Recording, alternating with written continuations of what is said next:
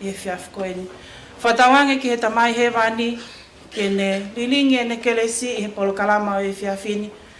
Pea ka aiha ngahi polo kalama ngahi hiwa i whakahoko he fiaf koeni, ke langlangi ia i pea e kosi sukalaisi. Ke koe tau mua ia o i kautaha whakapuna whakalotu whanua, ke langlangi ia si hova i he mea ko tau pe tau whai. Ko ia pe ai taritari ki mautolu kau aahi ko tau pe i he fiaf koeni, whamalot i o mautokoni pia mo i poupou o whahoko ki tau kakai ko tonga. Lewe vai malanga.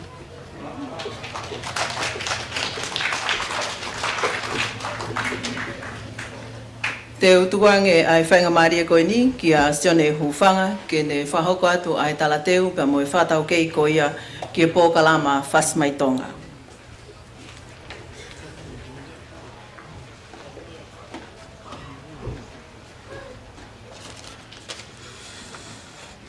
Tap ke paremia reo. Tap ke Egmista ke ngai punwana lahi ka mai ai tak mamata. Tap ke kau tak lotu. Tap ke kai nga mai mahen. Kole ke awata whatapu ke nau tōku tape o ku mu mea mai he television noi. Pe pehe ke retio tangata e teo o whai ki tua mama. Pe o kore ke whamalo atu he tala kakato ko ia ku o seo na whaki ka ata mai motuani ke whahako atu ai ki puipui tua nau whikaaki mai proklama i whiawhini pe pehe ki mātua sewa aniti o kunau whakaunga tā maki o ku loki nau toko e Whasmaitonga. Ko ua ki ku loki wham ke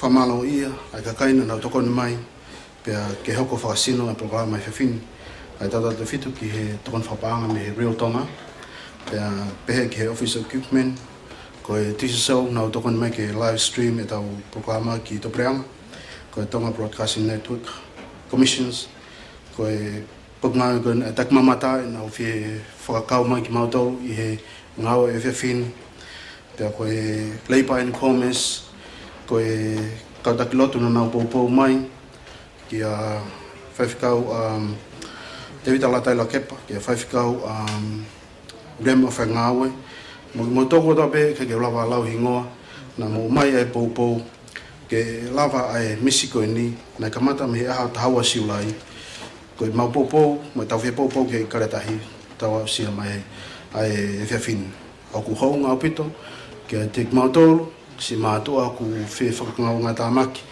i he tawhakoni o e musika ke mauhoko ko ha kai ke aunga ke whanua pe mo e ngahi ngāue.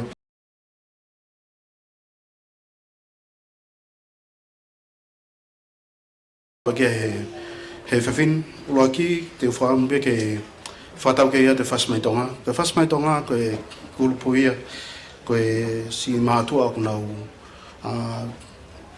ngaue wha musika. Pe mau whaam ke mau whaapapain ke kakai musika ko tau pe whanuan. Mau whaamu ke mahoko ko e kau ampastoa lelei whawhawhungai ai whanua me ngai whimau wha community i he mea wha musika. Mea pango pe ukai ku mātolo a lelei taha kau mau whaambe ke tokoni atu i he ngahi mea e pureanga mea whawhanua pea pehe ki he ngahi kesipoti pea o kutungai e mau lava kau mai he whiawhini. Ko e historia no na e Whasmaitonga ko whakakua koe nia na e kamata ia tau e tolu ko hoihi. Pea i he taun na mau lava o ate ngahi Alabama ke he whakakalauni ki he whaleari ngowe pea koe ni mau ngawe ki Alabama ki he ikaretahi. Mau plani ke aha ki tokoni ki he kansa e mena katuu pea ke mau whaosek ha ngawe ki he api ko e api o kaupaya i tisema. Koe ngahi hiwa koe o i whiawhini ua mana ke tau whanongi ai koe whao kotoa ia pe mohono whakaukau ke tokoni ke ikaretahi taha mate e pe koe tokoni me ke ikaretahi pea koe ngawe koe nina e iai pe hono ngahi nau whatatau ke ki ilo mo ki tau kei o mau whangatangata pe ka koe i whiawhini koe lelei taha ia te mawala lava ke whai pe neongo ulahi ai ngahi mea mi ai ke whalerei ke ina se ai ho tau whanuan. Ko hiwa e nima ngari o ki he Alabama ko ni pea koe wha te mauhanga o atu he whiawhini o kamata pe he os ai whaha ai motuan. Pe te wanga pe highlight me ai ngā hiwa pe ni uraki koe whihiwa te mo uraki whanongi ai koe whihiwa koe whalakseni ke whika katoa. Koe hiwa e nia, koe hiwa na e whau fuoloa e he punaki loa pite mamani. Pea o mai he punake taha o ngawe aki ki he World Cup na whai South Africa. Pea me iai ke hange ki a te au pe mai motuani na e liriu tō taha pe ai whihiwa koe ni. I he World Cup na e whai i South Africa nai pe ko France. Pea mau whai e mau ngau e mau viviri ke tokon ke ikare tahi o mau translate whihiwa koe ni. Popo mai ke Tonga Rugby Union koe pure anga. Pea tokon mai mo e Labour and Commerce ke mau e ngofua, pe nai mau mai ngofua ke taunga a ke whiawhini. Pea koe mai ngofua koe nia me he sino o ne toka ngai ai ngahi property beheni a whamaman lahi. Koe ose ku ki whaha te whawhai mai tō taha koe ia. He koe te whtui vai anga whuke tauna whamotu. Koe ke tau whaalapa whakapa ki ngahi copyright. Koe whalaksen ke whakatoa koe whakaukau ia. Koe tautolu koe ngahi whalaksen be tautolu. Ka te tautoki hoko pe koe whakatoa koe whakahau. Ka pau te tautoki whakataha mai o ngai whakataha. Pea koe whakapau ke koe ahoni tau siu hanga hea aka pulu o whakataha e tautolu. Koe hiwa noa ko whaamge u e lawe ki ai, koe hiwa koe tauma e o tua, tauma e whanua. Pea koe hiwa koe nina e whawe ea sāpat. Pea nau whaam pe, lawa pe o te whaunga pe hiwa nea sāpat. Koe hiwa koe nina e osi e maua kai ke kotoa e ngai whau, ke ikare tahi. Nei nofo pea te te hoi aga puru. Kana e ongo ka mautoro e, whiria mu e ka wai ngā. Tuanga na ngai whenga maari, na mai whewhawhunga e tau whonua. Pea mau, whakau e punakana ne whai ngā weni. Kena tohi whena pe nio ka mata ngau e au kia. Ke ai pe aha ki hiwa e tau tā reiti ho.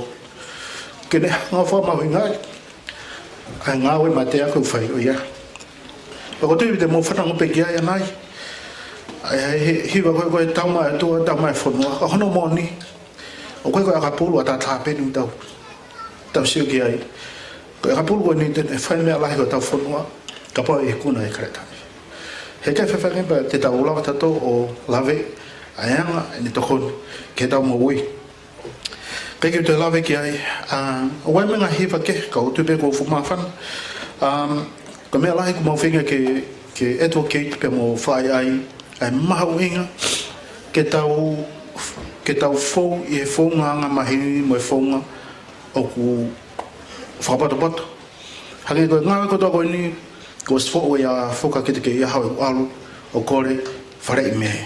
Kore ngofua. Ko alu ki he Labour and Commerce kore ngofua mei. Ke tau fou he founga totonu, founga pau. Peke ke hoko ai ha whai ngata. Pe ngari wale au tau hui whanua.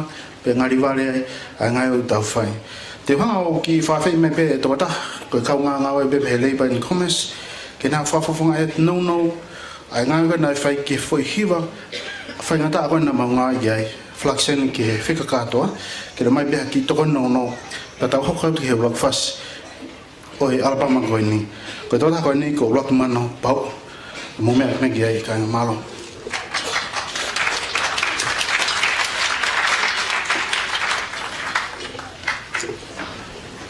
Koe tala whatapu e ko a whaki. Pea e tupe mua ki u whamamara tuai. Koe whai pe halawe ki e whakaukau kua whai na hono e aki. Koe programa whok o e whiawhini u tau iai, koe whakata mahinoia. Ngahe ngāwe u whamu kia e prea ngā hine pā ngāwe ke tā wāwhi tahanima wāwhi wanima. Aia uha i e tau mua ola e, koe outcome objective e. Ke hoko e toka ngā ki no langa e whakarafa ekonomika me whakasosial e. Whakate whita he ilo whakata mai o knowledge-based economy. He usisi e ngahi koloa o resources ke whai aki ai whakalakalaka. Koe ngā weni o tau mana ke whanonga, koe taha ia hano ngā hui aki o ilo whakata mai, koe hoko koe mawanga maui, aia ko hano ngā hui aki o ilo, ke whaue hiwa pe whakata watu, ke mau mea i hapaanga. Ko tahe ngai te toi fatongia e po ngau e whātau aki ka mai ngau e kakai commercial labor. Ke vai ai mo pātoa ke whakau kauni. E koe te toi fatongia la he ua o kune whakako ai. Uraki koe fatongia whawhaile sita o ngai koloa whātamai ko intellectual property. Ua kono whatu e ngai whaunga ko IP infrastructure. E tokoni kono whai ai mo langa hake ai ngau e hilo whātamai. I fatongia uraki o kawai ai whenga e potu ngau e. Ke mai noi e he kakai ko te matana ne whauha ngau e. O hange ko hiva o kuiai a ento tonu wharao ki ai.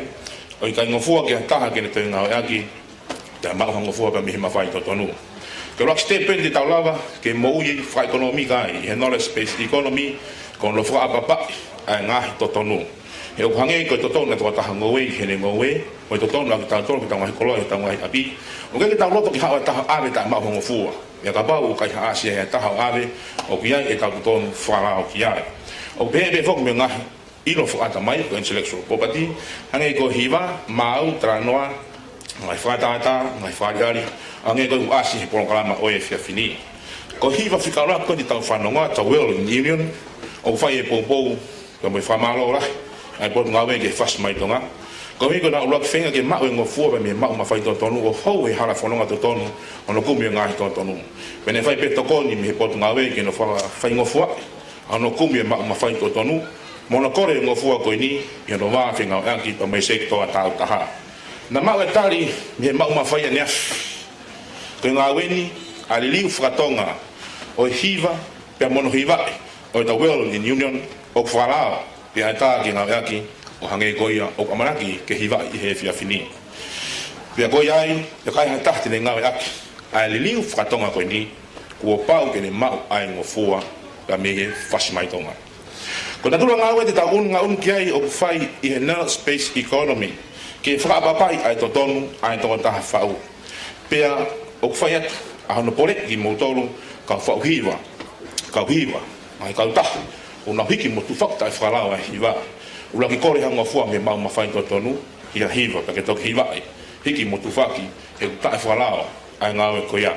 Ia mau whatongi e whikaua, to kanga e potu ngā wenge whotua e whaunga, IP infrastructure, hange koia he maa e musika, kono whotua e Collective Management Organisation, ko CMO, ina whakanono, kono to kanga kina whakanufua e to tonu ke ngā e whakahiwa, e nau tāna ke ngai monu ia whapanga, to tā whauhiwa e tongani, te mumurina, ka whaitu pe mamani e tā i aho hiwa.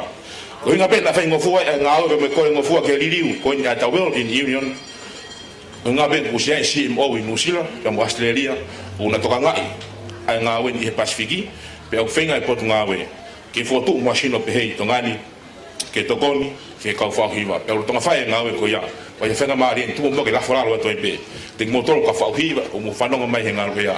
O te ki mua ati e form sa wea potu ngā we, mu ka taki o lawa mai ki office, whetu taku mei watoro na waru, ke whae na whakata e ka whako ia. Kon whakatoa, o ia popo ulahe potu ngā we, ke ngā we ni ko whea e whasmai tonga. Pe au pore atuai ki motoro ka whauhiwa, ka maa kauhiwa. Hana ki whaia ngā we whakaiwa, pia ke whakaraka, ko hui ke ngahi lelei mau he ngau e ngani, e kai ngata beia te koe, ka e nasi ai whanua wharukfua tua whāti.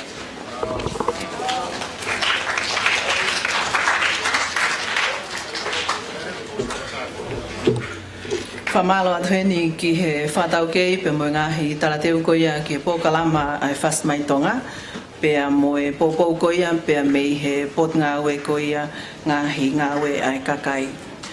Ko e whareani uluaki e whahoko i he whiawhini, hange koe ne lawe ki ai a Sione Hufanga. Teu tukuanga e whainga maari koe ni, ke whareani atuai Miss Andrea Moala, pea mo e hiwa i he ririu whantonga, ko e whalakseni ki he whika kātoa The World in Union. Mo kātaki o Tartalelei a Andrea Moala.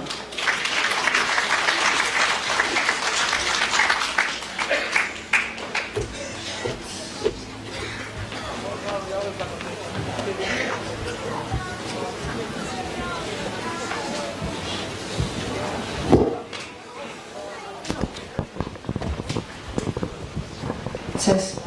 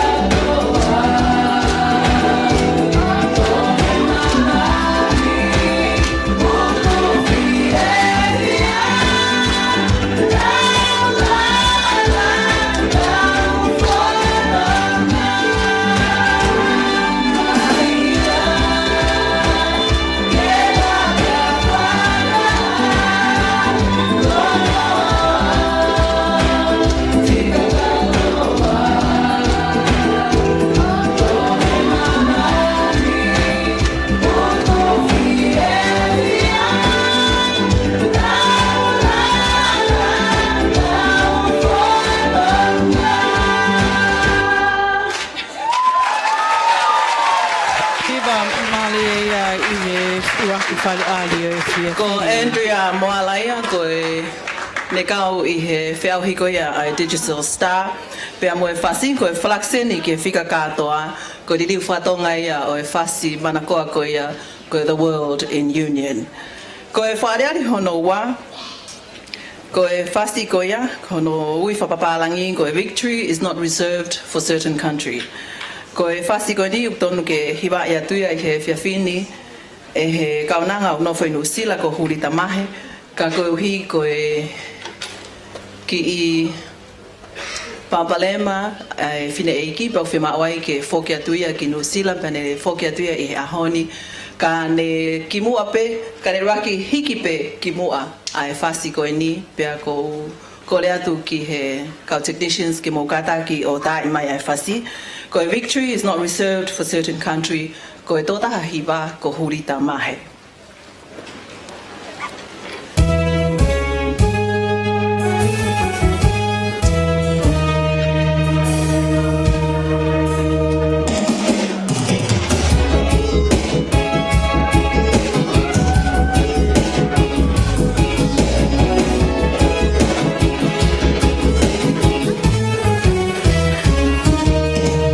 Game we play, it's in the nature of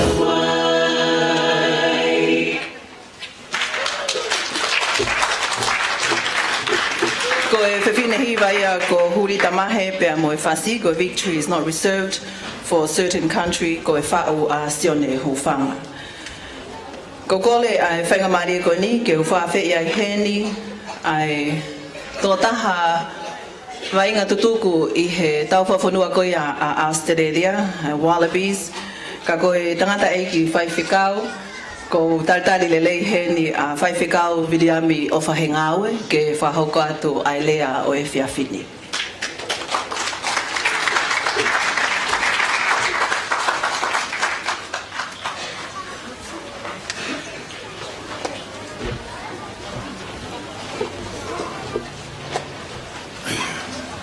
Tape pa mo e a whio e o tua ka o tōma. Kore peke o ka malmalo te ngā whatapu tope. Ka mataki e whioianga a hon. Ka tape moku ke whai ki rea o hange ko ia ko e mea ku mea ke pe fine kua tu e polo kalama. Ko ki rea na tawa mai ke whai ko e tala monu pēr ko whiwhiri nau tau ko kea ma Australia Bako hau ke whai tala monu ke timi I karetahi Ka konge ko e hiwana e whai ki whewhine ane nai I whakapalangi ko different colour I he one union. Ngahi kala, hanga he ngahi kala o omi I whakakaukau o e natula ka mo e ulunganga ke. Ka kunau taha. I he kātoanga pe ko e akapulu ko ni oku whai atu I Hilani. Pako tui ko ki ia kona ki ia o mea te tau tolu. Ko e tau ngau e I tongan. Neo ngau tau I he ngahi whotunga ke. Pea hange ko e mea nau lawe ki ai. Ko e tonga pe au kana aku whapafonga ia Australia. O kui kai ko e ku tau ma Australia. Ko tau ka ma tonga. Ko e uhi ko ho tonga. O ku omi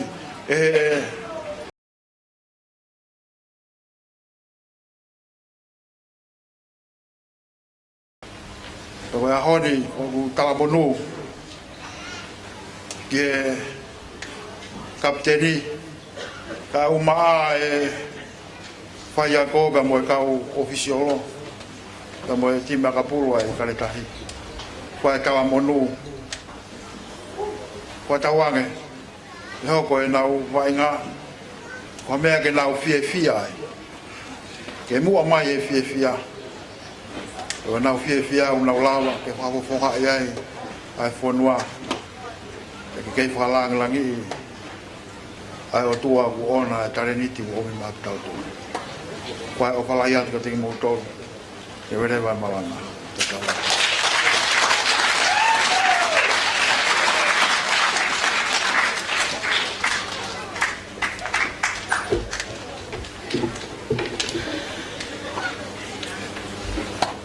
Ko e whakaari hoko I he pokalama ko ia a Whasmaitonga. Hange koe ne lawe ki ai a Sione Hufanga he ne whatau kei ane nai. Ko e whasi, ko e tau maai o tua, tau maai whonua. E toi hiwa I atpe moia e huri tamahe, pea ku kolat pe ke kau ngau e whateknika rei ke mo kātaki o tae mai ai whaskoe ni.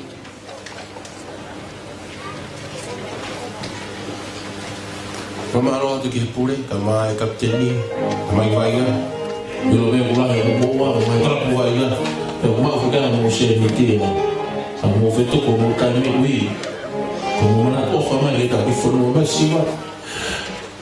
Mai mo aku tu. O ki mo ka ina ko. Kamala ko mo mai. Tamu aku. Dimi ka ka.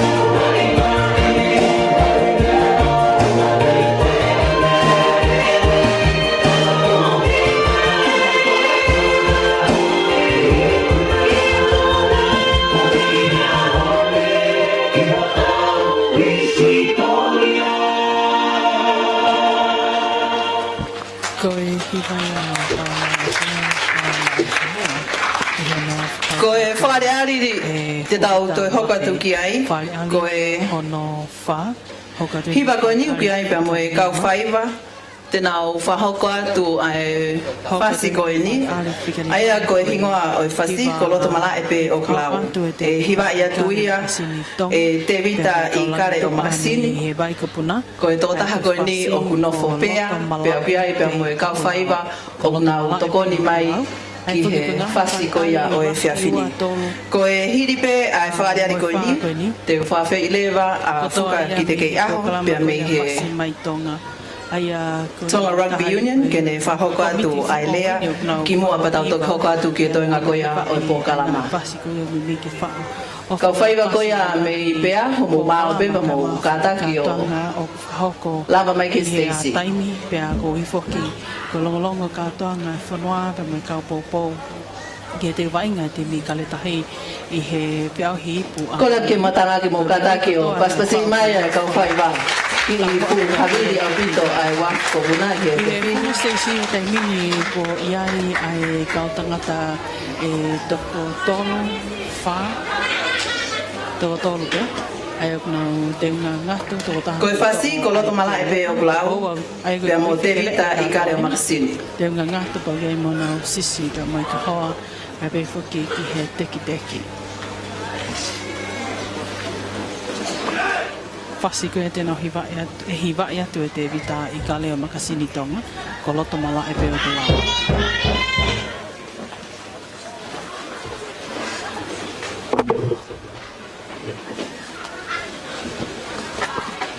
Pōpōa whoki ai ko tāmani e tau tupu ko ia tawahi ke ngā mihe vai kopuna. Tō lahi pēhea ki nā tōlu e kau langi tuka, ai a koe ka talawaweni mihe tō tupu i pē tawahi ki nā o ngā o te ngātu tai kofu. Iai whoki pēa mo sisi i nā o kongaloto, sis maile, Olive pēa mo sis lausi, Vesa i nguni māme vai. Ai pē whoki i e tek teki.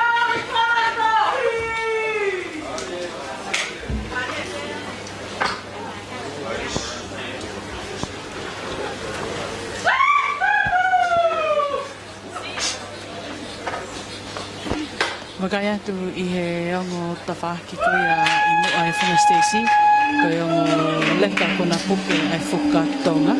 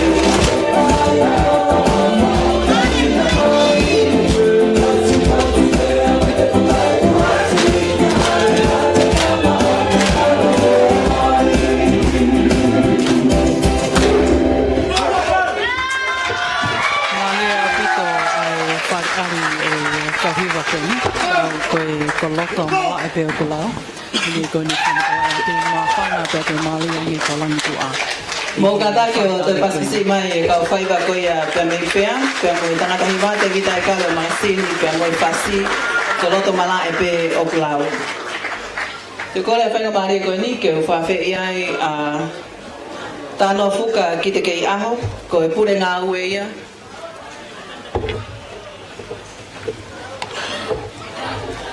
Ko e pure ngā ue ia o e Agapulu Union ya tonga kene kataki mua o lava mai o whahoko atu ai lea I he whiawhi koe ni.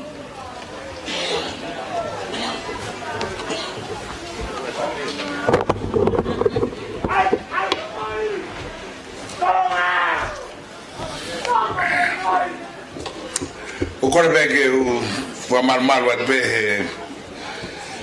he ngahi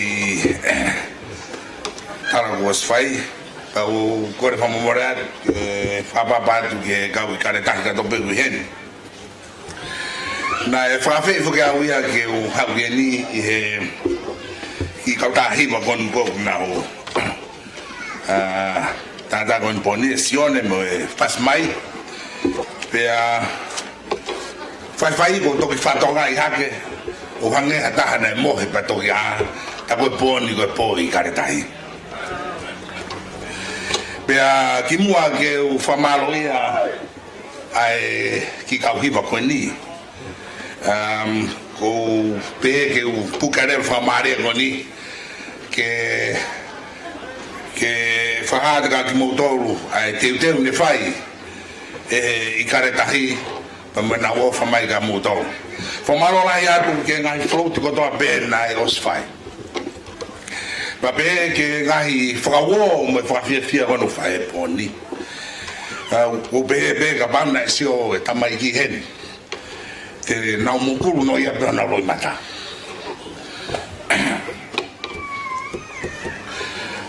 Koe hui o ngoi o kurahi ai popo. Pa ko pe ke ki tuma ke bi famata si at pe ke mawa na fai na la be ke honga ke motoru mo hele ia ku fai ka ke ngata pe motoru I he la kai fonwa pa be ke pure anga fo ma mo me ai ko to be ai la he ngai ke ki mua mo felawa ke I tau ka pulu ko tau sport fo fonwa ko tau sport la da be ka Ko te na fai mo mau ki poate, pa te ki rea tu pe ko whafonga pe mau poate na fai. Ko e mepe na mau whatonga I na lahe mau, ko kai kia ha mau ahi pepa ngā ua ke mau ngāwe ati. Na kai kia ha mau pepa ki he taupanga, ke mau mumui ki ai. Na kia ha pepa ke mau whakalere ngā ua ke mau mumui ki ai. Pea na e whai repa mau ngāwe ki ai. Foto ia honi wai mau pepa ke port governance o blava ke malu ire mau ngai poate ke o se frataha pa o to tu mai pepa tau fai pe ang kabineta tonga tau tuita tau ko tope ko e tabai ko frade fra admini o sai fa mo ko tope wai mau staff policy now o so o imagino ko ilo tamsi ko tope o hao ngau mai tonga rugby union ai hai ko ta ke report ki ai me ga himea e lava ke tu kai ki tu me ga hi apira den lava fai I e tau fa panga o mau furere ya buita tainim ka ku me pango be te kai ke lava pure anga ke tuan mai panga ke mau tau fa malo ku sei fa ko no tu far panga ko nga mau ke ya ko pe ie mau ngai Osko e mga ifotutu ko ia pa pa reba ke hike ma ofisi na ma no foi langa fonua ke foka do ki fasi pe kore mga ka sponsor ke gebe ke langa ma ki ofisi ai ko ki office ko ni ko se mi tawe I mo futubu ko ki la ma ofisi dai ni pa mo foka do ki fasi of wataha pe fotu me ma system for all ke tawi ke tamaiki ke fopa paui ko I ko na no fo muri ke whapapau I ke tangu te mau whiri agi nau tolu o ka kia hata hau lavea o to lavea hen so na fotore mau database Whata mo makau fisio, makau toke tāga toi muri, ke reporti hanga tonu ki e database, ai tunga guai tamasi ko tope. Ai ko te teu fai, o whirea e tau timi kare tahi konu kunau ia he tai nimin, kunau mau mea soape, kunau sai ko tope, pea ku mau e nau teu,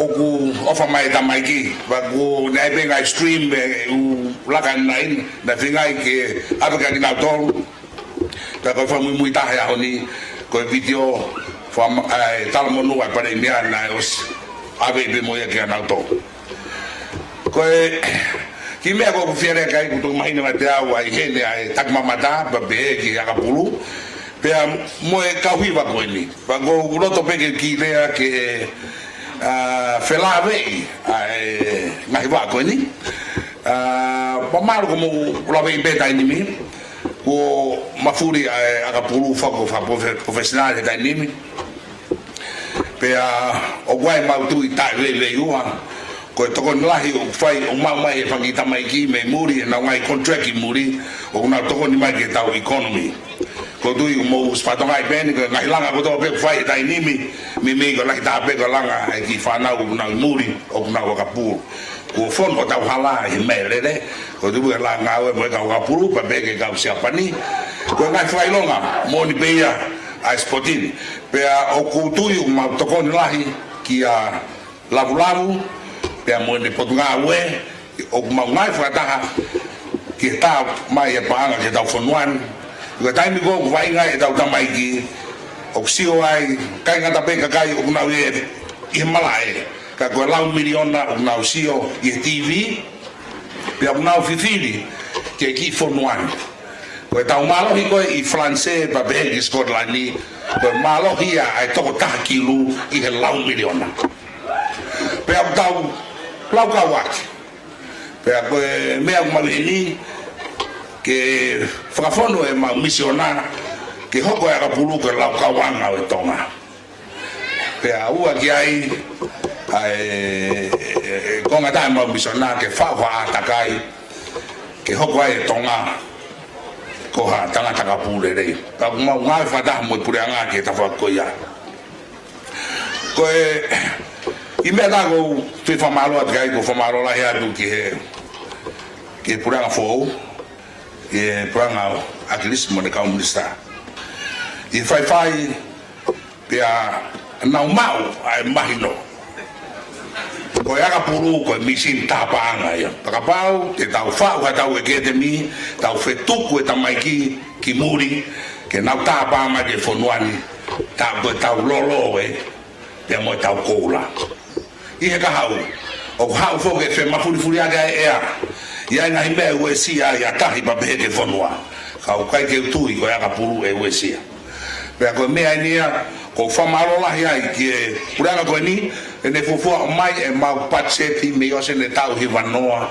ai mo ia ya puru e fonua pe ko ha pura ko ni o foko tu ai me te tau mo ia ko tau tolu ki fonua ko ni ko tau ko la ki tau tolu pe e tau fanau e kau pa ki motor o kai ki ha mo ki tamasi ko alwa kapuru o wa fo e to goni ke me aga pu e ai pe a ta to go fo ha pe ko tamasi ho fo ha ko tamasi tu e vine ka ko spoti ko ki he ka hau ko tu ko tau national pressure ko tau koloa fa fo noia pe a o tonu ke tongi to ke toni fa fo no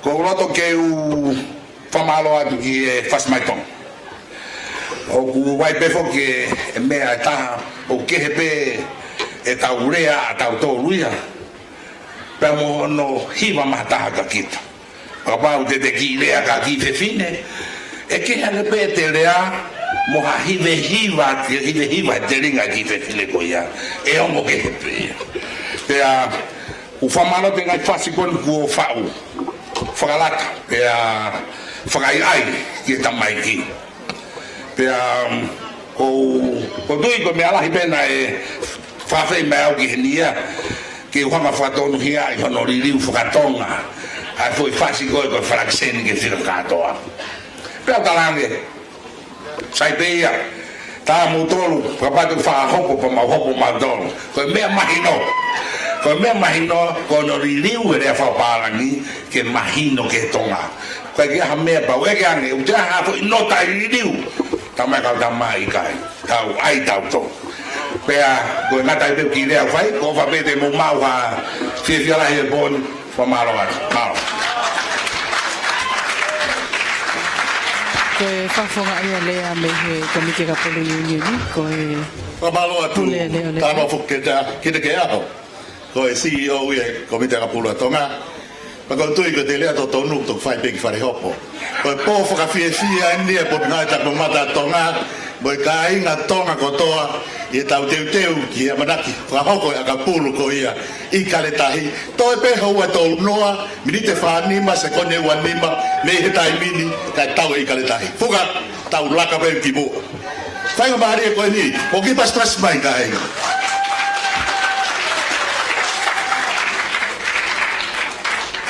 fai ma ri ko ni ui be ngahi apia pe tai mi be vai ngai proclama Toni pare mia leo ko ran fai mari ko ni ke tu ke to ta kloa ke ata to ke hokat malo po peso si mai honorable sa sobareni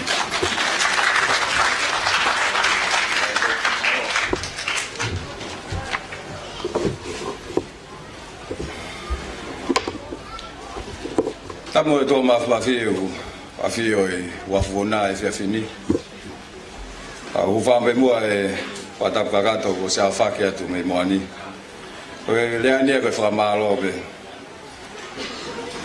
o tu tata ko to be fra fi ta heni a oni ke fra manata kamata ipu e fa ipu ko na mama ni aka pulu ka ko hinga ma ke fra ilongai e ta bo ko ke ka le tahi ko ke ya me e tata mo de mata ki ame o tu ko ta heni ko ta bo kagato ke ka le tahi mo amanaki ke na whahoko e na tau a pongpongin.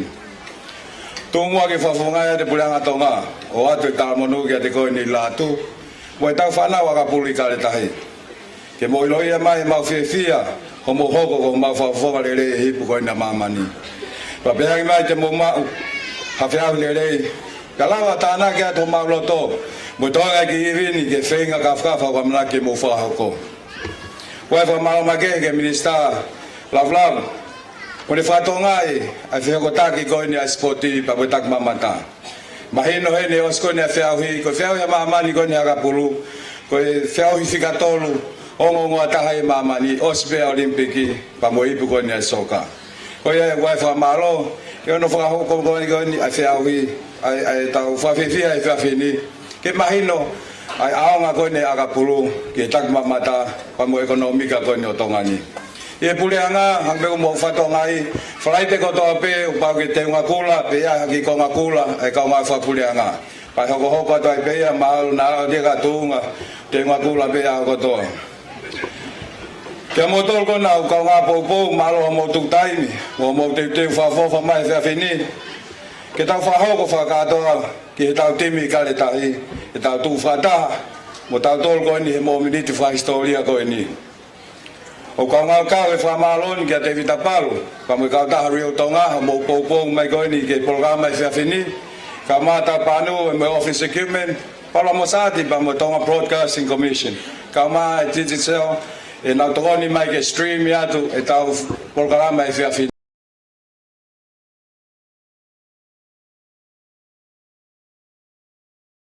Fas mai tonga, whamalo atu mo whailonga e kawata tonga ke hipu a mamani. Pa mo ngai fo tu aonga o mahino mai ai o mo mataki fonua. Range ko hiva ko fa mo mo mai siti tau mai o tua tau mai fonua. Ai karo se fai e timi.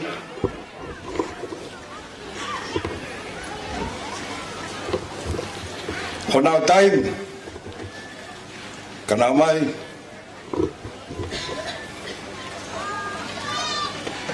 o tau mai o tua, tau mai whanua.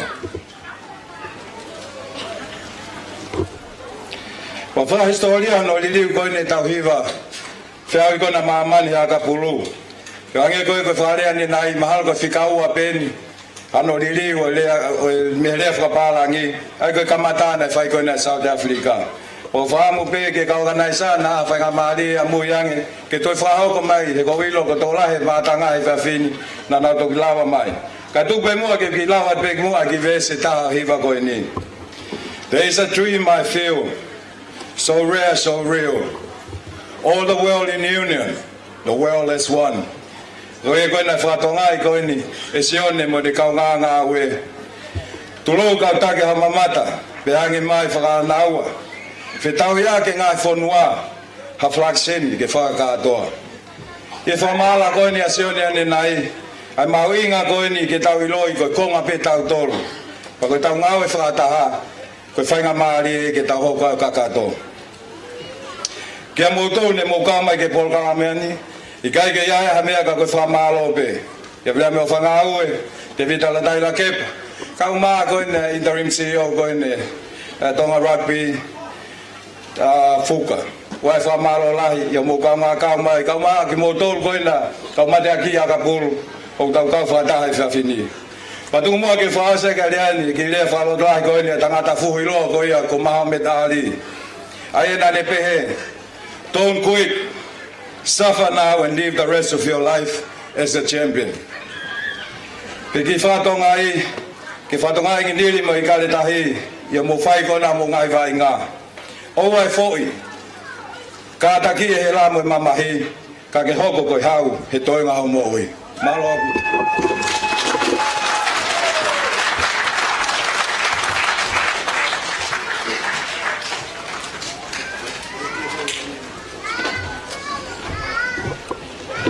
Whamalo atu ki e ki tukon paremi a leo Honorable Siasto Valeni. Ruaki whamalo ke lawa proklama, konga ruaki proklama, koe whas mai tonga, aina sponsor, aini he real tonga. Me ko whamalo atu ki David Palu, ka ma Sione Hufanga, pia pehe ki a mere, manofetoa, no tonga mo kau staff, ono whakahoko e proklama o e whiawhini. E tau konga poupou, ki e te teu, mo e manaki ko ia, ke wainga e tau timi ko ia I karetahi. Pe whoka whamalo ki he Kapten Marolo o I karetahi te vita tuila kepa. Ka maa whoki ai he ni whoki ba mo e totaha whikawalu I he timi a kapulu tau ka whanua a Australia aina e kau whoki he World Cup. O kata kai paspasi me kau tangata ofa ruhi ngā aue. I ami ofa he ngā aue. Kai kei heni e Palestini ko ia ngā tak mamataka ko lawe o ki heni a Pesalini Tuyano ko e CEO le o ia ko ngā tak mamata tonga pe ko tui ai whainga maari ke de mai ngahi message mahau inga whikau ak mo ngā we po ngā we mo palani ko mna ke hoko mai. Kai kei ko uko taimi te tau hoko atu heni ki he whakari ari whika ano ko e tau lunga toko lahi ko e tau tupu taba he kina me he mai ko puna me pea hoko na foi ai te meua ki moa ko ia patau tu hoko ata te mai ai tau tupu ko ia taba he kina me he vai ko puna me pea o kada mai ke tai ni se tanta tau ko fe acknowledge hen ai tau whakamau e whiawhini whamalo mua merelua mafi ka ma te rita whona whaunuku Reverend Folau Hola tau kafa ki he kau mau e whiawhini. Mo ka taka paspasi mai kau. Kuwhina ka pākau tangata na pōpō mai ke whiawhini. Whamanata doi pe whoki I he pōkalama koia e whiawhini ia e whaari makehe ana yangi ai tangata India ka nofo ingani ko Manjit Singh. Tangata ko ni ta ono nima ka ogia ia I makehe ko ne mao ko o si whamoni ieni malawa ngā akipe a hono telinga ho whanga whatapu ki ono hiki aki a whainga mea. Kata ki hoko te tautalu ngā ka e toki hoko mai ai te koe ni. Ai o ku lautonga kau whata. Kata ki mai ai tau tupu tawa hei kina me he wai ko puna. Manjit Singh e tawa hei kina. Whaari ani makehe whaari ali ua. Tawa hei kina. Hiki aki a hono telinga mea ko mamafa. Kono lava ka me pea. Mo paspasi mai. Puhi pe kone koe vai vela I a whahina tene whae whaare ari ko ia. ka i e funga sesi i he taimini ko ngo tamaiki whiwhineni e tokoua tēnā whafunga i ai ta olunga i he tautupu tawahi kena o vai i kupuna.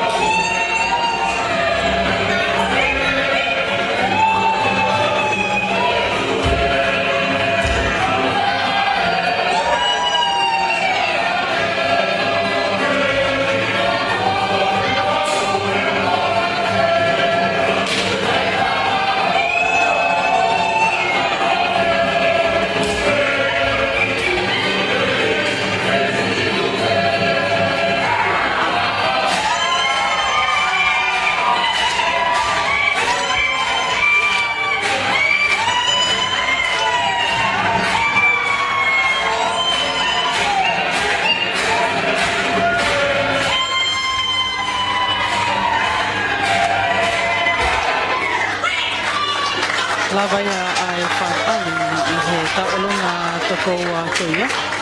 Hoko atu ki atu e whaali ari pe e taha me he tautupu kawaituna.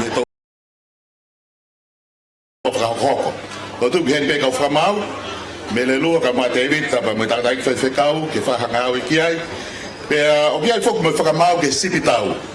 Pe whakamau ke sipitau e whiawhini ka mo tangata ko ia he malai akapulu, ai ko Reverend David atu i la kepa, la tai la kepa, Pea mo Reverend Williami Ofa he ngā aue, tēnā whamau e nā wai sipi tau. Tako ki nau tōre nu nau kau mai ke whi au I lau mau. Mo kātaki, he tu tak mai ke te pine koe ni, koe ne hiri koe ni, pa te kore whai maari e koe ni, ke iwi koe a korisko tupou, o te waha mo ki whai item hiri pe koe ni, ka ko ki nau tōlu koe ni, nau kau mai ke whi au I lau mau, ke mo kātaki mai ke te pine koe ni, ke whakahoko mo ingoa. Halai balu fifita, Bob Taylor Tonga Jr., Seini Tauelangi, Andrea Tonga, Isleli Lelenoa, Te Vita Malani, Elvis Nusi, Leva Taulanga, Ana Tuivailala, Paea Pouri, Ana Seini Fare, Lupeni Ufi, Soteila Fifita, Lisala Bailea, Te Vita Moala, Holani Halahingano, Samuela Latini, Finau Sulunga, Moses Evalu, Sales Maile, Pe Mo Ofa, Pupua. O kātau mai ka pau mo I heni ke te pire koe ke whahana whakahoko, ka mo kore ang heni ki hifi koe ai korisko tupou, ki ai noha tau ki koe ai te mokata kai paspasi mai hifi koe a korisko tupou. Hiri koe apene tau hoko ake koe ai te mihono hoko koe ai vai ko puna. Malo. Korisko tupou.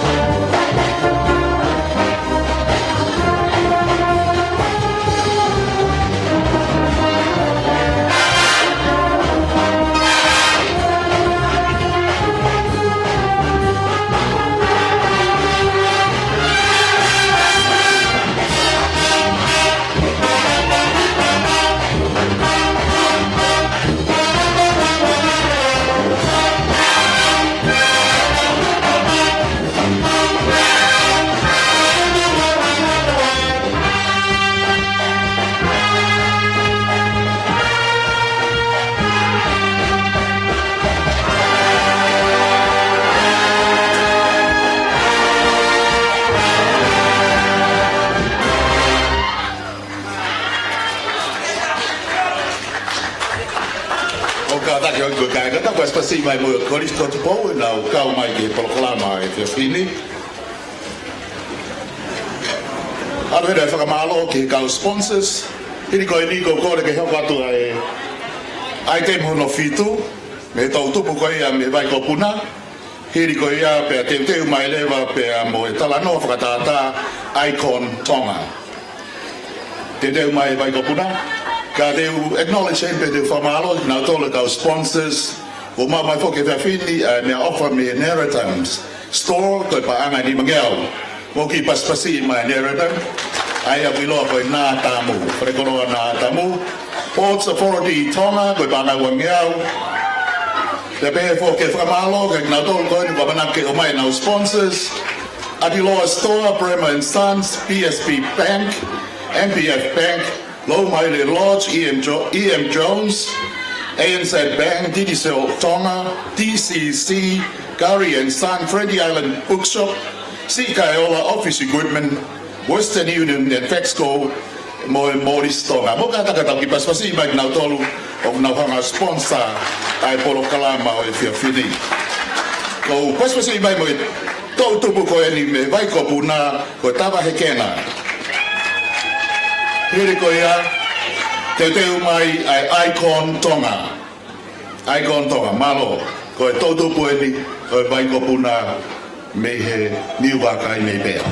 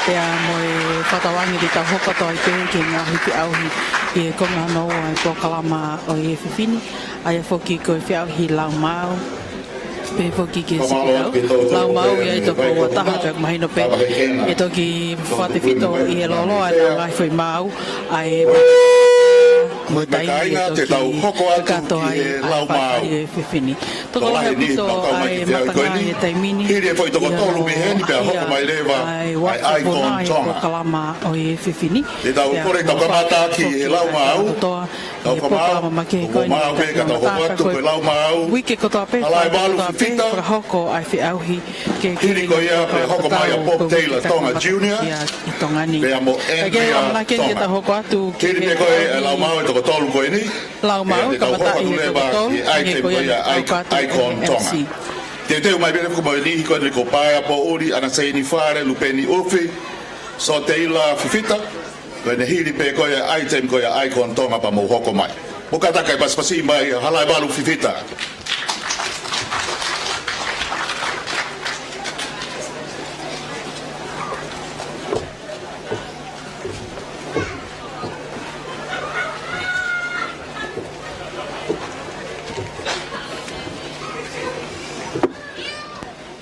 Kawenga palemia mo pule anga fo ke tulo mo huelo koula o no ikuanga tapu mo ho e kotoa e fonua ofa ke ata pe ofa ke ngofua kaula velave ke ta kawenga ai kuanga fo ko ta usia ne mokoi pe ne finangalo ki ai ke fani haliliu manu kakai koi ana ne frao ko no mafai kia whaunga pule o whakate mokalati aia en tonga kua tāu ki ai.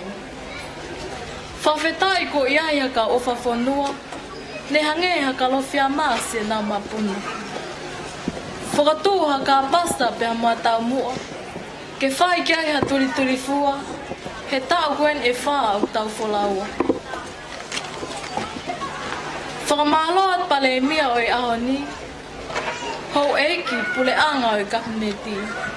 Ai kau whakawhawhanga ko toa o i pāti.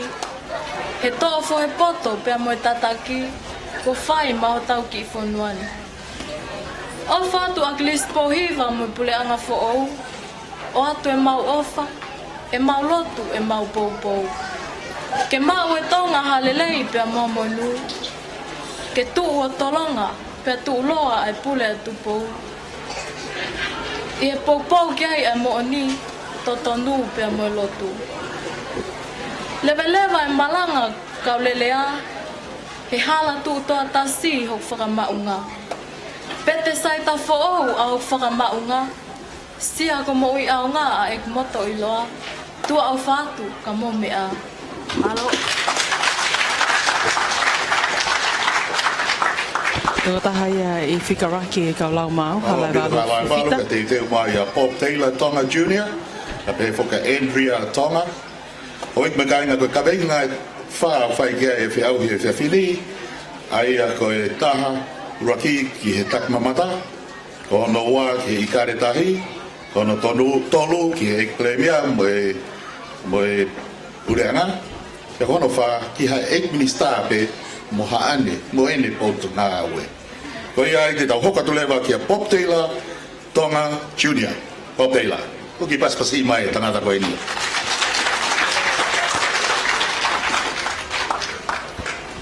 Kau ki a minista, boikot ngā aue tau mamata. Tak ke tau tahayo tua, mahau eke a tau whanua. Kau lawe ke kawenga, ke eki minista batak mamata. Ta whawhetai ke tamasia tua, ene omia minista tua mo tau kolonga. Kune alai sia mo alai kolonga, kai neri ai e kau masiwa o whanua.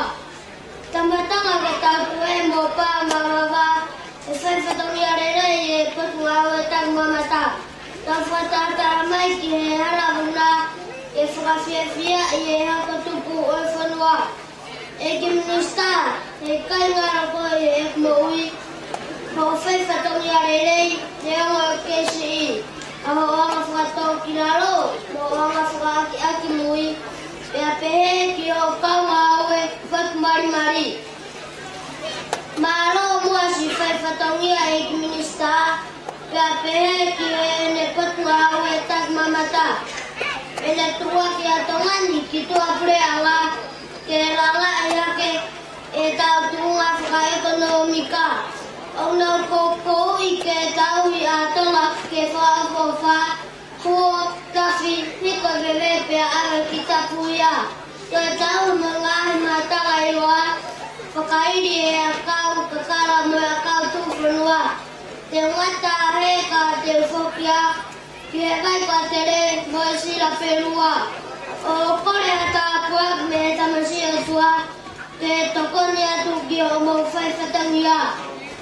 Bravo, pas pasei mai, Bob Taylor Tonga, Junior. Ui kei te teu mai pe ai kon Tonga, te tau hoko tai pe, mo ki lau mawe ua koe ni. Kia Andrea Tonga, hiri pe ko ia pe hoko maa Seini Tawelangi. Andrea Tonga.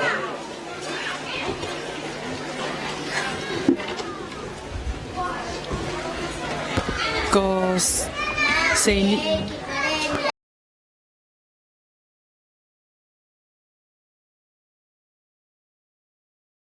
Koe huelo ko ula o noi kuonga. Kai ata ke ula rea tuki e kare nga. E ki pale mia mo no pule anga. Whakawheta e ki e tui o e langi. E ne tofa mai ha pule anga peheni. O kune toko ni si e tau vai vai. Pe a whanongo ki e leo o e kakai. Tangata e whanua o tonga. Tuha ke a ke tau pou ki a pale mia. Mo e kau minista. He na e filiki na utoru mei o lunga. He koe kau si o sipa ia ho tau kuonga. Hei kai nano e tama e ki palemia, pe a pehe ki e ene ka minista, maina pe e hira, ene kai whatongia, kua tau mata tonu ono ngai momona. O whaatu ki e tama palemia, ki e ki palemia, pe a pehe ki e ene ka minista. O whaatu ki e tama palemia, te ape ki ene kau minista, si e nau tau anga he kuonga whaingata a, ke kilala ake si o tau whanua. Whakatau ange ki e ki mafi, ke whangu malingi mai a ene ke lesi, ke whakawhanu aki, si e nau mo ui, ke nau matatari aki e kau whakawhepaki. Teu salute atu he ka teu foki, ki e funga atele mo e funga mana mo ui. O lo tua si e tau pule anga fongi, ke hoko hoko atu si e tau whai whatongia lelei. Aloha Pito, mo pas pasei mai, ko Andrea Tonga, me funga atele. Ko Andrea mahalo whawhawhua tau wono. Te upai mua ko hiwa Seini Tawelangi. Whaka maa Seini Tawelangi ki ane fwoi mau. Ka ko whiwha mahalo he ni tu ai mo sponsor he taimini o mau mai. Asian Tonga, ko Ofa Semiki ko pāngai tolu ngeau. Ko e toko ni peki he poloklama e whiawhiri. Tau ki paspasi mua Ofa Semiki, Asian Tonga. Hoi mo ka inga kuai pe mo ngahi mea toko ni teu ngai papakiu he tawhaki, pe pehe foki he ilo momoko, pe fo taunsia paea, pe pehe foki vai e pae, ilo momoko pe pehe ke ilo mawhana, pe mo nau toru o pia e nau ngahi stall o tu he ngai tawhaki, ka pau te mo whie mau o ku ata pehe taimin. Hoko mai mua Seini Tawelangi, Seini Tawelangi,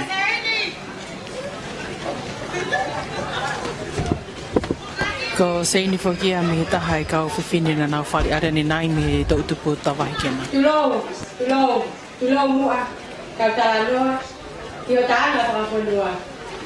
Nai whatua me ta lotu mua, ai mo ia pasia, me whai hiki o tua. Me ona tau whakunga motua, o kua mea ia ngā koula, ka vei koula, ai mamahi mea, lo toto, te vei tokai aki, ka mo whakapapa. Ia ko tatala ia kotonga. Kotonga ko ki koma. I kai asiliva koula te mga koroa. Ko noloto pe ko mo unga. Hangi e ko ia ko tohi e ngai puka. Hake ke a whakalaka, a sea a tonga me, tua pule ana. E whalawa apuna, ka mo mei si tima, koe mawana paana hu mai a hota whonua. Koe langi mama, ala a ko ngā whonua, ke malanga he tonga, o taitale a whalawe rewa. Aki, ai ngā ngā waka mea a, o whalehanga, whainga, tari kakai whiwhia. He o kuta iloa, ko os motua ngā wha. Oa nā ke pehe, o kuta masiwa, pea ke ako, sope me e ta te unga. O ke situa,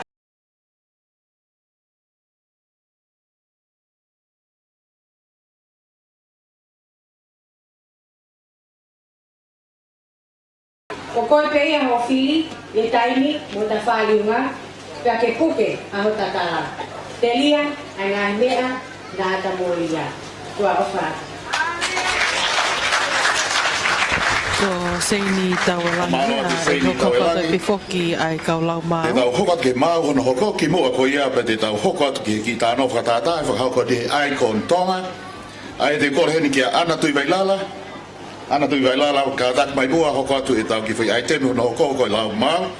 Hiri ko ia pe te tau hoko atu lewa ki he Icon Tonga. Ana tui vailala.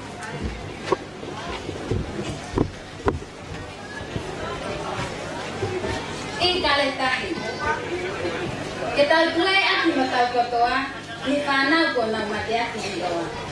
O whiri ke whakafofonga atonga, mate ki he fuka, ka moe kulo kula. Maali e aha mahua wha, i kale tahi, tai mi ia atonga. I mi ia atonga. A musia koe o kuke toa, he ata, o kuke sio ka noi mata ki he laa. Ko ena e mau koloa, a hotatala me he tuku whonua. O tua motona ko hotatofia, ko hopa aia, ke tau aki tanaka. O ena a hotafuka, ko tala a eta apasia o tua, tapu tuku lolo hoka apasa, tala ia ke mahino, ki toena o e whonua. Ko ena e mau whalala, hilifaki atu ki aniri mo tau tanaka. Ta pe angali ko tama me he otu umea hiva, kene takitau maatonga kai tonu e tala. Whaka mole mole nā oku au whiewhia he penukehe. Ka oku au kata ilo lotope. Ko ho oto andili na e whatu me ia tākai pia mo whae. Ia le he kolo tau ko pea mo e vai ko hape. Te ngata he kau whoki au. He niu wākai pia mo matapako ngākau. Ole ko pele ilo tokualo. Whafangu kuoke liu mai, mai ku a mamani e whai aki ha aku lau kau. He aki mobila pia mo whangataku leveleva e malanga tu a opa. Ala o pito ko ana tui vai lala ia, le vai kopuna. Te tau hoka tue ni ki he aite mono ko kore ki he Icon Tonga, mo ka tak mai ki buani. Te tau hoko atu, hiri ko ia pa te teu mai ai tau tupu ko ia ai vai ko puna ko e tau tupu e ni tawa he kena me he vai ko puna me pea hiri pea Icon Tonga pe mo hoko mai. Ko e kurupu ko ni te nau whae whareari Icon Tonga. O kunau i he whunga stesi e tai mini te unga lano uri uri ai aku taiti pea mo e whalani ka vei. Ai tamai ki whiwhine lana uri pe whuki tamai tangata whani loto lana uri pe mo tasisi kau ia i tapa i ngato o ko hai i he konga loto ta tau pea tamai whiwhine mo tamai tangata whawhawha ke tawa walo ai ni i kona unau kau i he whare ariko ni tau motua i honga futupu si ipe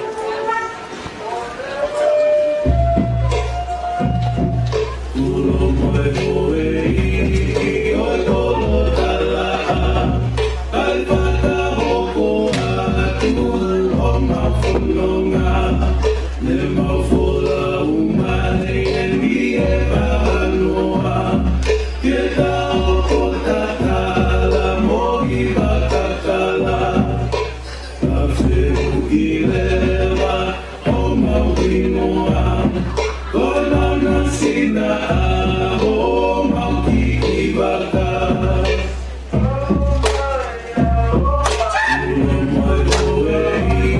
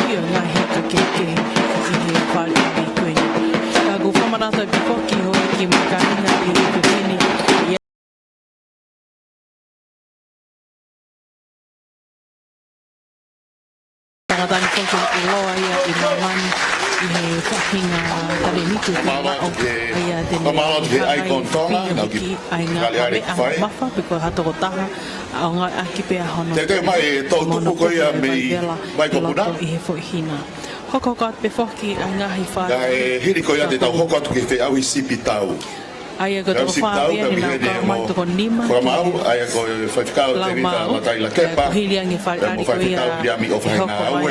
Ki he sipitau. Ve he to tu pu ta vai. Ai ko atu ki. Klupo fa ka mai ke te ko ni sipitau ko paki ola. Paki aola.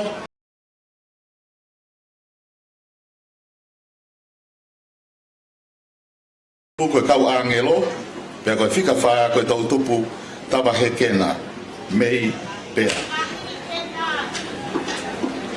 Tabahi kena. Malo. Kau itu boy be mei pea. O kata ki mai kamata he grupo ko ni ko paki aola. Pe hoko mai ki tima ka pulu ta ke fine a havelu. Pe ko ke kawangelo.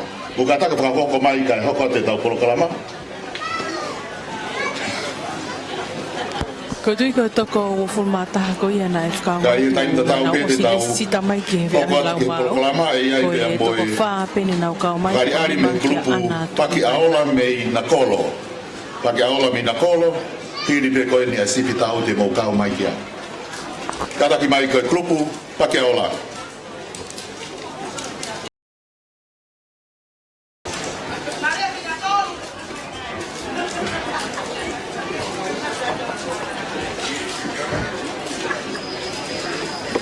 Kata ki whakahoa ko mai ka tau.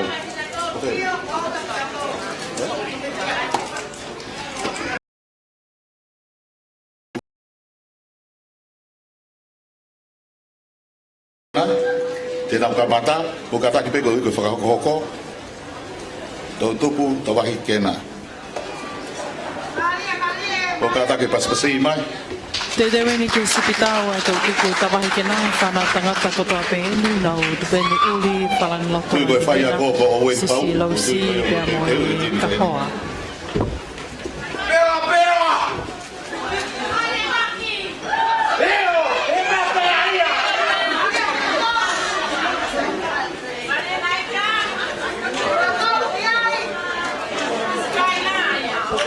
Toko walu ai whanau tangata ko nina i pe toko hiva a manaki ke nao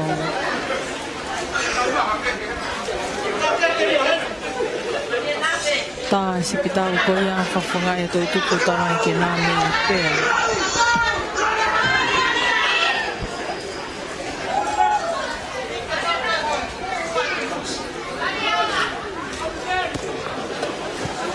Kei whatatari whake ani ki whasi o te tā ke nā sipitau.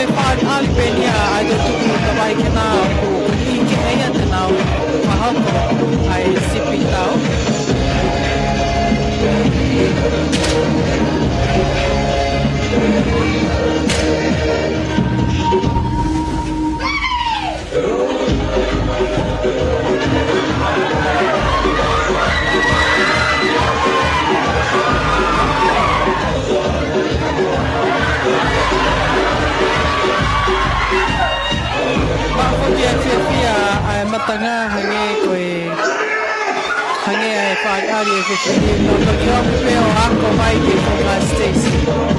Wha maunga pesi o ni ta whaki whakahake. Ki he kautangata ko ia. Naunaro ka pao e lei. Ko anata e mara. Thank you.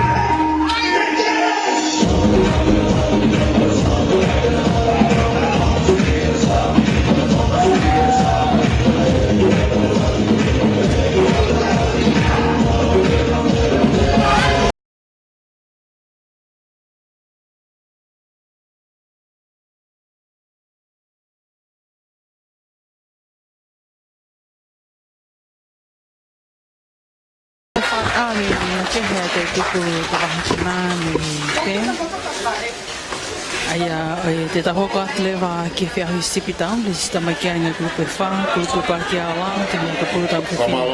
Kau ange lau mo te whakamau ko e ki whakari ari bera, ka koe to kamatai nei Sipitau. Ko te mau mai nei grupo koe koe Parkia Ala, me ina kolo koe to kia mai nei pasi, ka ko nau tau te nau hoko hata hutai ni. Opas pasi mai Parkia Ala me ina kolo. Kulupu Pakiala me ina kolo whanau tangata katoa aini e kunau whalani kula ka e tupeno lano hinihina. No whalani taha kutoa ko wakai atuhi ai a hingoa ku tā i he whalani ka ku mamao ai whunga Stacey kei te lawa e unga whuku mataitohi iki ai tā ko ia e hingoa.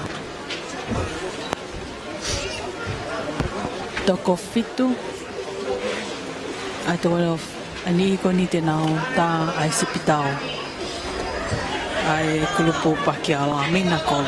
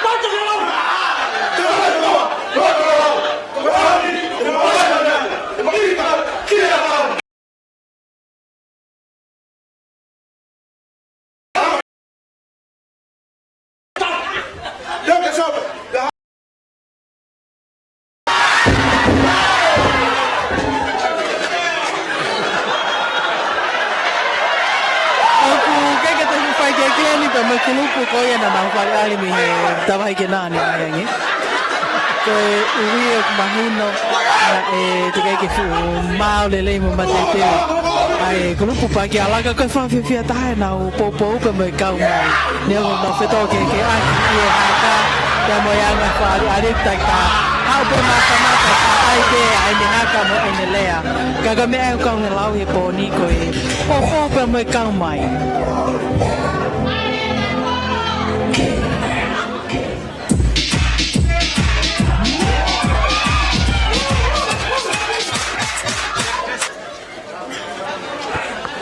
Tikai ke osi ai nau whaari ari na Sipitau. Ia e papa.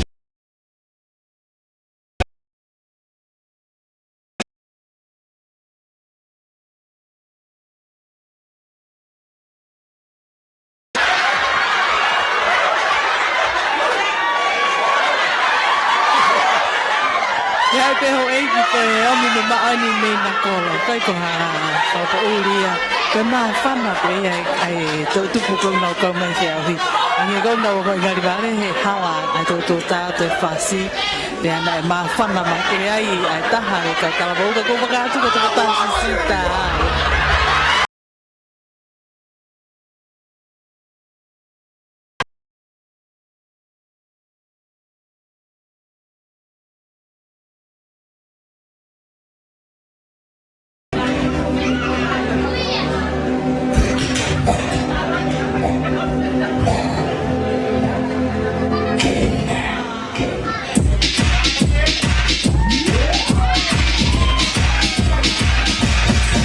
Sister.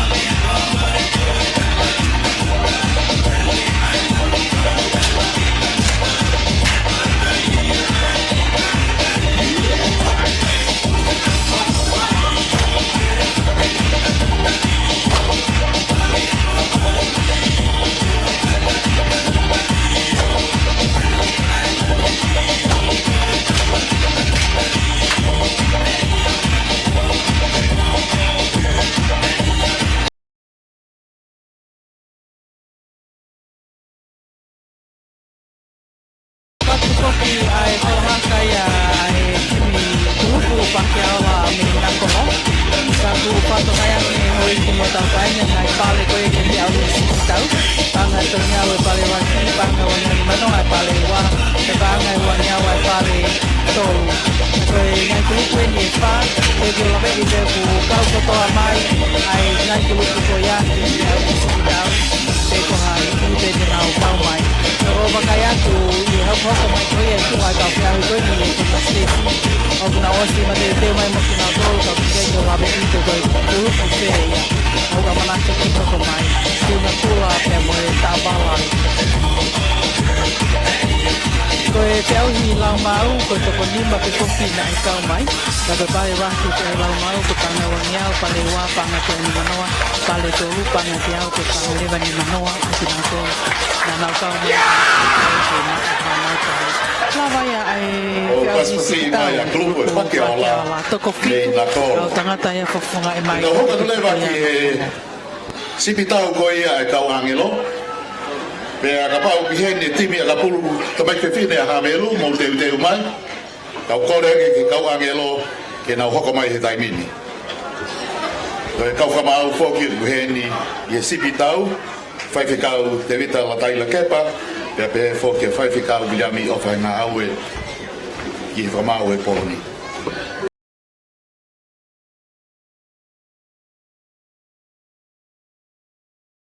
No, sipitau ko ia koe whanau fuki a mei hu a toritori.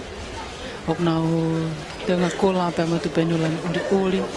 Pe pepo ki o nau taawanga.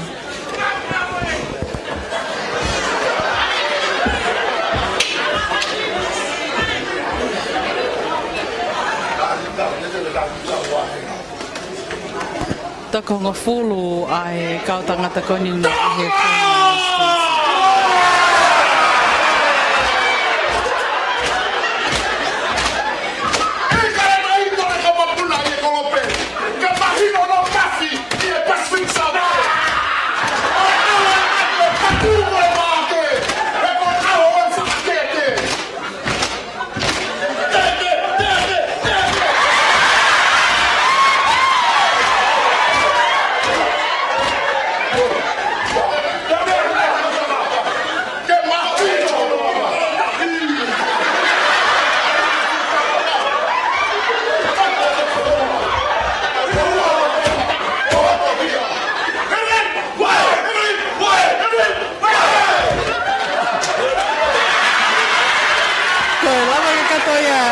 whare sipitau me he kau angelo me hua toitori whamawhana e kau pa mo pōpō mai ki he whiauhi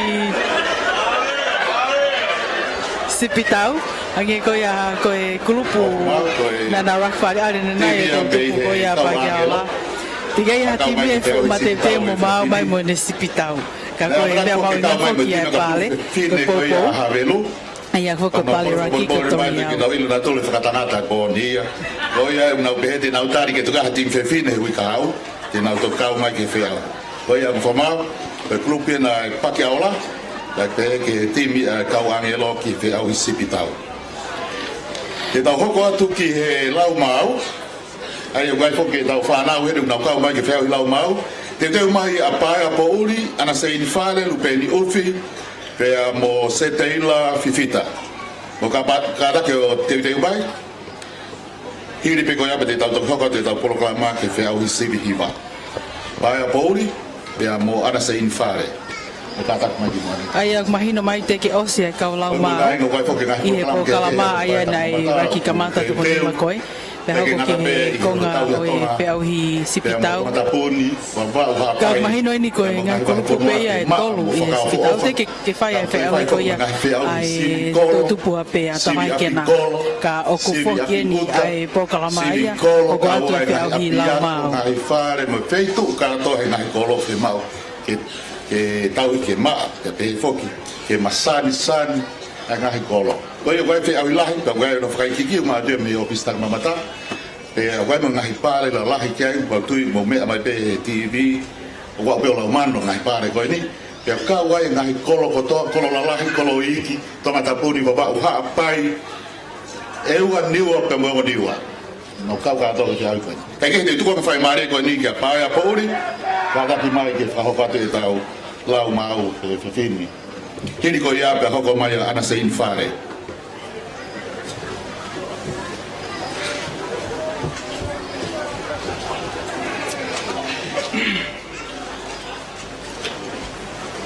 malo o egi boy matanga boy ki mau ko ngau ko mau lagi ki tak mamata ba pilota pe fa ki lista tak mau ta ki kale dai ba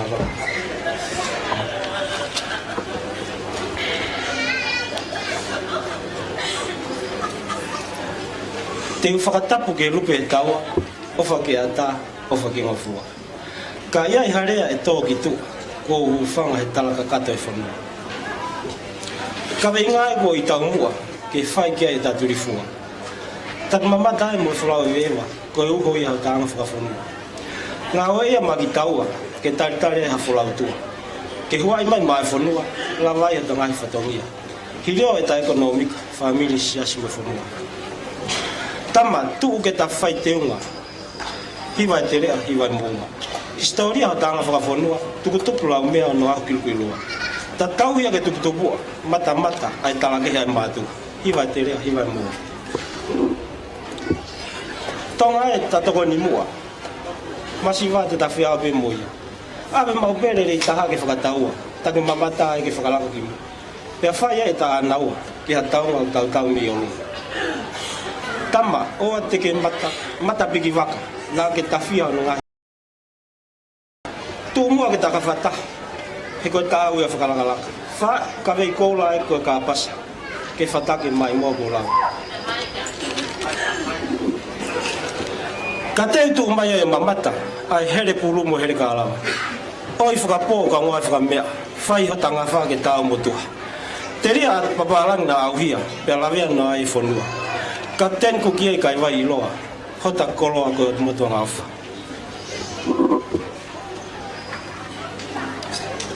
Lau e o kua ngona, mista ngau e di oa.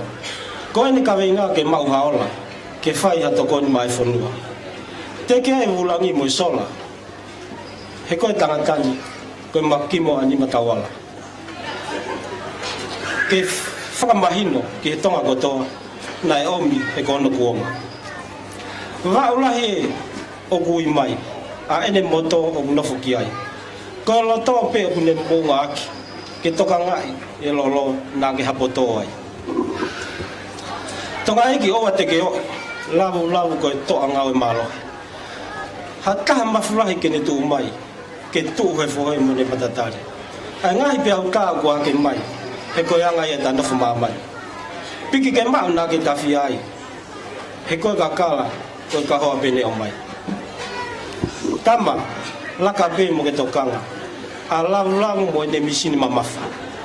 Sio ki ho hala mo ke whakahalala, nā molo ai lola ia koe ka ke lawhalafa.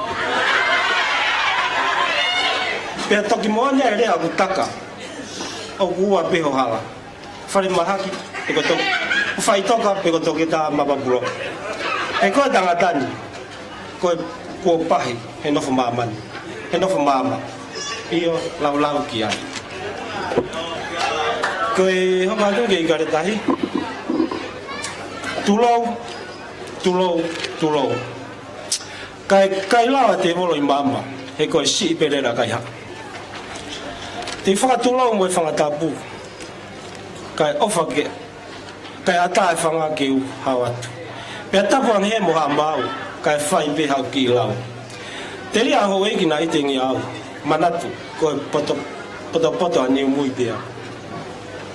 Koe ngalu ea neu o ngona, muhu haki tala noa. Tau whakataha ki wafko una, kula ina lanu e ikuna.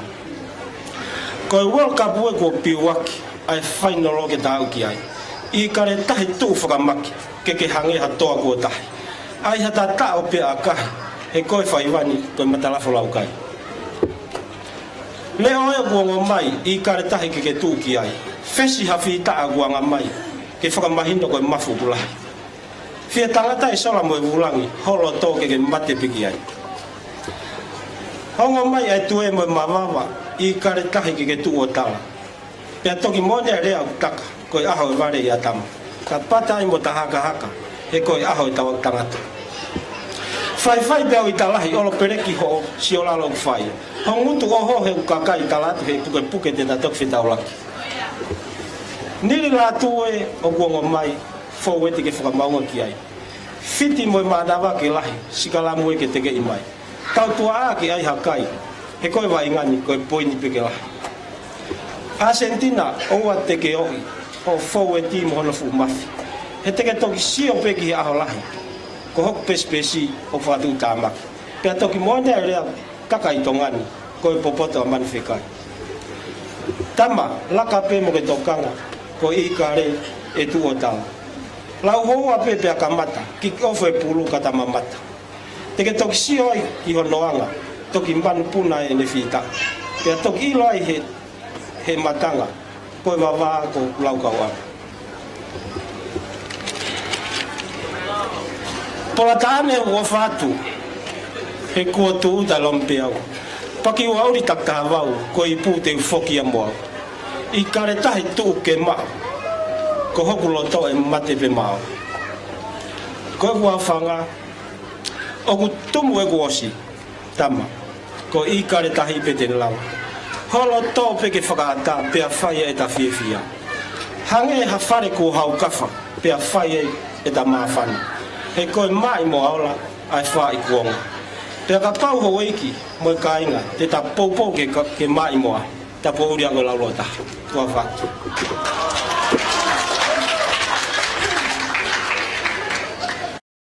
Tango te sea ai ako ki whiwhine beni mi pot ngā oe taki mamata. Ko ngā he mea chik kotoa ki mua pau ke whai ki lotu pia toki. I he wakaiat koe ke te teo a manchitu o ki aia me a o ko tau ki hono te linga. Loa o whanga whatapo, pia whakamao I whoia ki he sea. Ai ako te otaha ko tene hiki e tangutu e I he sea. Pea tene hiki a ki peia a hono te linga.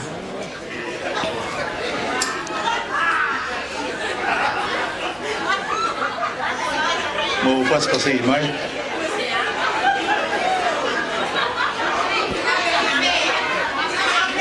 Ko mau a tangutu ai Ko kata peo ki, walo hoi foka tau, paspasi.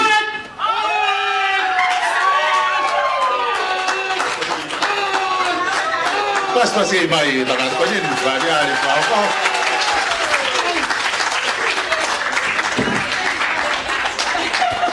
Lava ia ai whare ariko ia, ai malauken hiki, haki ato o tahu I he kilo kalami e heno nima, au ki aia hono mamafa, aki hono te ringa pe.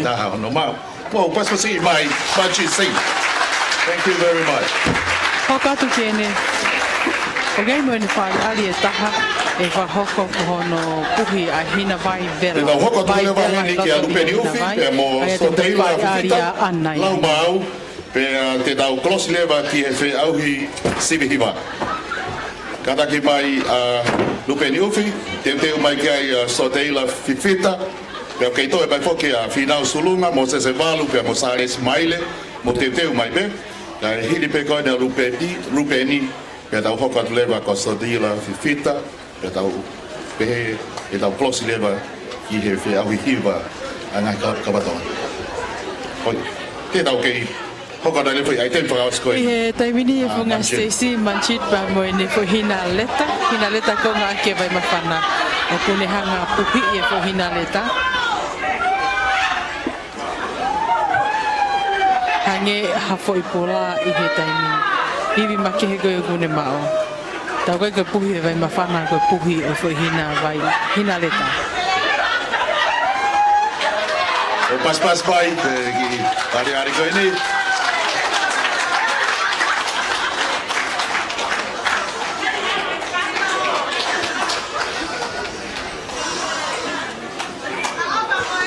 Okay, whoki ngai ata I he televisione o puhai I he internet e YouTube.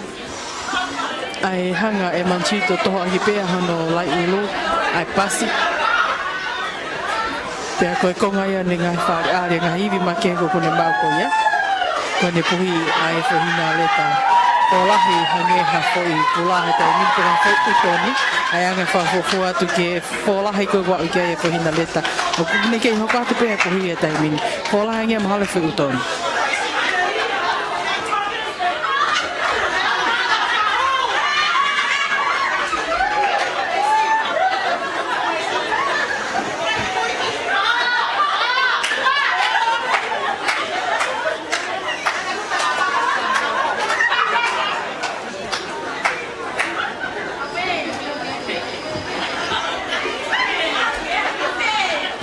Kei hoko atu pēr puhia manchiti ne whahina leta I lotonga. Te wholahi ange ai wakai atu ki he whotunga koe a whahina leta.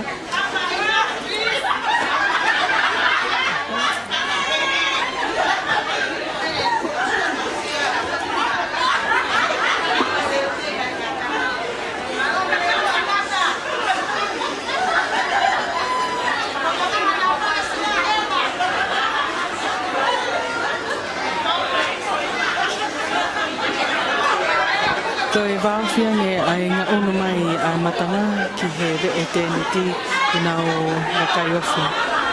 Ma mata awhia nge ki he taleniti koe ni a manchitsi.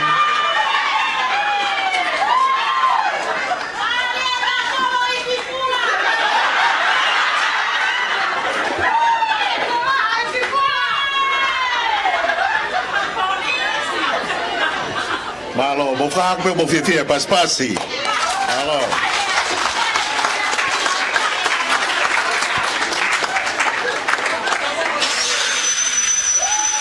Paspai. Koe au e kona ka anga iwi o manchit e mo te hi e kona leta koe.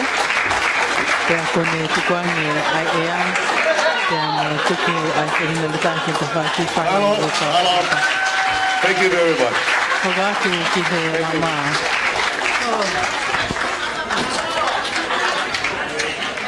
Te mai alu peni ufi pe mo soteila fifita. Ma foke telefoni ane nain. Ta mai me vavaulahi mi loto ni yafu. Ko tom fa paia. Whanongo mai na tohe le tio na live at mi tonga ni. Ta mai na tonga na whanongo mai ki he ifi ko ia korisko tupo. O ta ia ko ifi na korisko tupo. Tara mai na tol. Ko ifi ni a mai le fihi o i he wafu. Halai valu he fiafini. Tau paspasi ia tu wate tala monu. Vavaulahi o popolo kalama ulere boni. O ulere popolo kalama vavaulahi boni. Te wike aki ni hono ni ma hoko ai polo kalama ko ia vai fono vavau. Pe guai ia manake ignista mo ni ka mau ke na hoka ke vai fono ha pai. Mo popo vai beke i kale tai he wika hao. Tau hoka to ni ka lupeni ufi. Te vai leva mo se teila fita. Hiri ko ia pa tau to ia felewa ki he fiauhi hiva. Malo. Koe ka venga I mau, o tak mamatalo ke koe. Tapu mo yo tungai ne to tapu. Toa ka hangai to ke lau mo to tapu. Rangata ya te kita fai tu atu. Kaya o takiatu se te ki fatau kau. Ke ka venga mau na ko mo tu. Koe ahani ne fai anu talaki. O tak mamatalo ka. Tak mamatalo to fao o fao ka venga. Kita kama itonga I no patak. Ai mai moani ke ola pe pula. E te pison ia atau kau tak. Ko ngawe ia itonga motoa. Taki mamata ke whakatolonga. He koe mawanga maui a hake mai o takuonga. Puke ni mai a. Koe takoloa. Hoko ai a tonga o iloa pe manatoa. Whakamana pa tu tama o ai ngalong. Tota ulunganga tala tu whakaholo. He koe whatu whanua ia aha mo eo fo. Me hikilana ake aki. A tonga di mo aho. Tohi tongi ia ki tohi noa o tawata. Malo minista la rabo ngawe lah. Yo whenga ke langa ia ke ai pulangan. Ai ngawe angan. Tau ke maa o tawa takai. Jadi ai fola we leva ai lau hiko mai. Fungan ya bile ba ta fotu mai mai. Isa te ngata ahe te tukua. Jadi anak ke asia ta forma. Kau foki ki fine ubete mo fama. Waf kun sa alote mo to ko ba ko po. Kai ke aya ta asia to hingwa. Ko wi piau ta pe ko le ba. To afa. Malo pito lupeni tau hokat moka so teila fifita. Kei to lahi pe ni na kau he fiau hi lau mau. Apa ni hiri pe ko so teila fifita e tau hokat lewa ka fama. E tau hokat lewa ke fiau hi hiwa ngai kalap ka batonga. So teila fifita. Aku tika benga.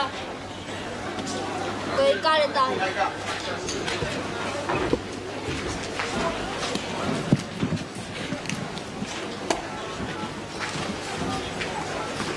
Te buata pugelang yola. Kalau ni tapi fakir tak pun. Ngaya kata apa kata puah. Tu kumur ke ukau, yola kat mu. Yang main buan ni nefsu semua. Ekonomi koi, aku ni tahu fai mu. Isa kopi wak ya tahu ya kalau pe. Aku ngatuai amaman bunyi pe. Kapapun naik mo ikare, pagkakapangayin po ipilyo te. Kau betua po pere ni te, kakitawa ya nili mo ne kau nai te. Sama bigai ko tala yang amai, ya kuilo pe iya mi mama lang. Lalu na ya ate ano mafili kalai, tapi wai kare tahi yo no gumba. Tao lấy đây phải nấu mà tôi cay, nấu tới mà không phải cay luôn ạ. Ông nói là tao ăn chân mà tao còn mua, còn tao bắt ông nhớ thì tao nào là tua. Và cá làm bilang sẽ nấu tao mua, tao tao nên gì mà nấu phải cá nào. Tôi quay làm lăng gì cho tao ở tua, em quay vì nghe câu lo gì có sẽ tao phục. Ikatai ko siya magkano may panwa ko to ay magpopo. Ada to magkakawalaw. Yung nga kaya to biyatek mo tol. Sila na panwa ko magpalitua o wengu.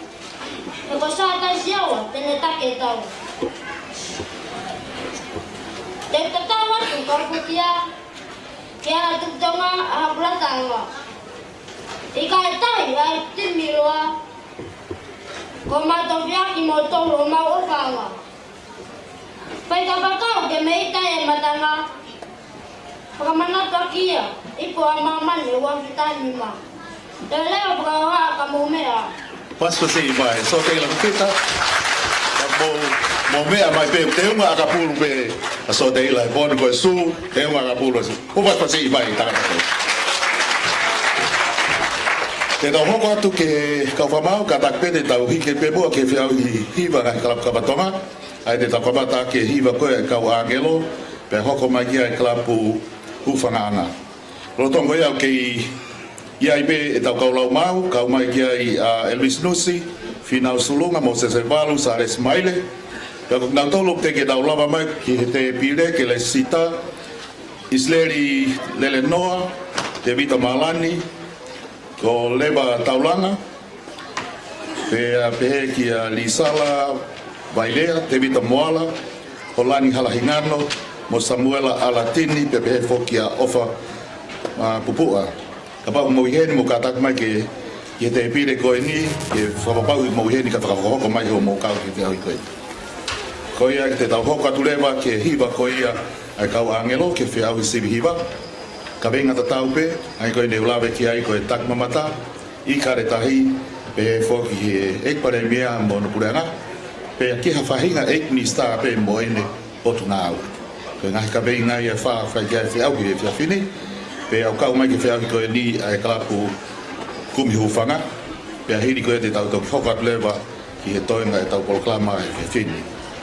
Oku ia pe foki ai ngai stol be akai u fara ka tapu ka pa ka ma foki ai ilo momo ilo mafana i he ngā histolo koina i he tawhaki. Ia nau tolu nau whia mau ia. Malo.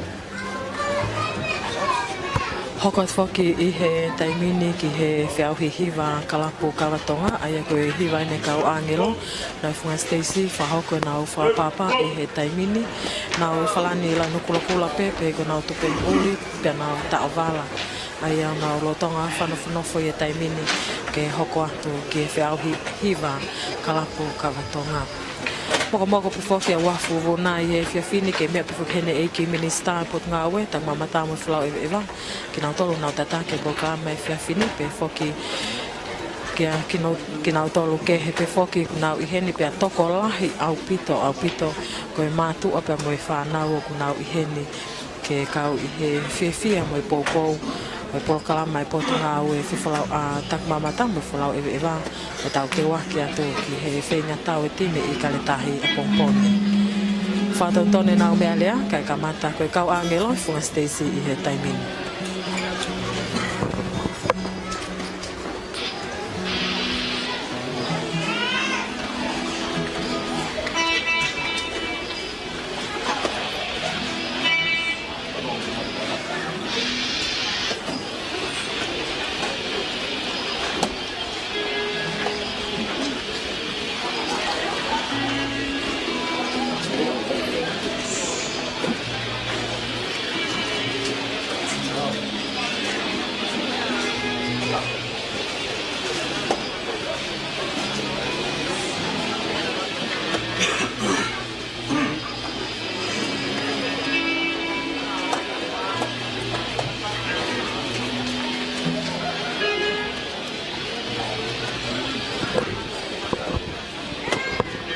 Tak pe au kau angelo ka re bo ke ki ba wi foi tu e ka fa mau ka tau to hawati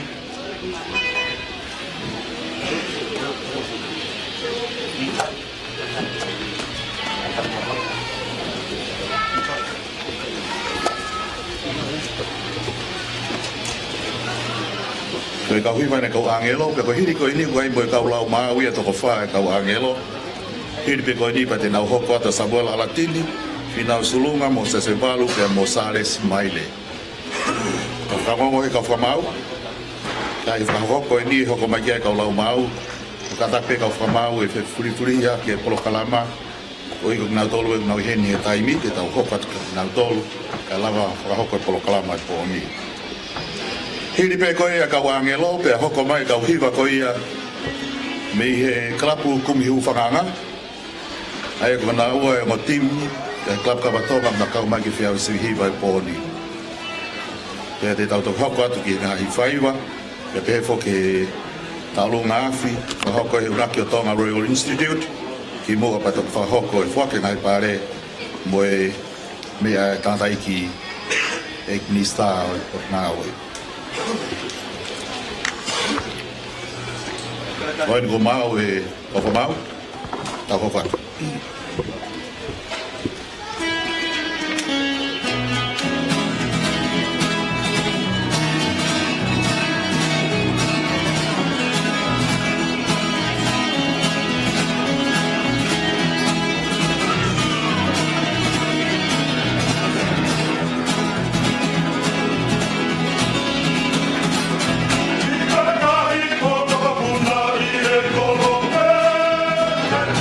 Mama,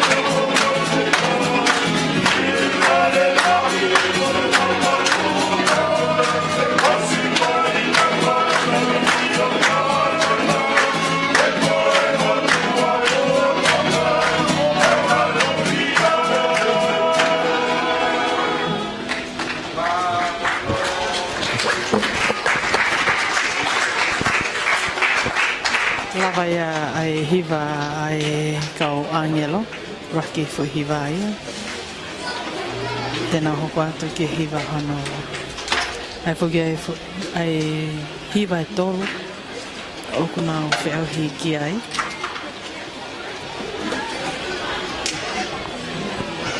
Taha e kau se lao i se te whihaki, oku taki mai e kau hiva koe ni he kau angelo.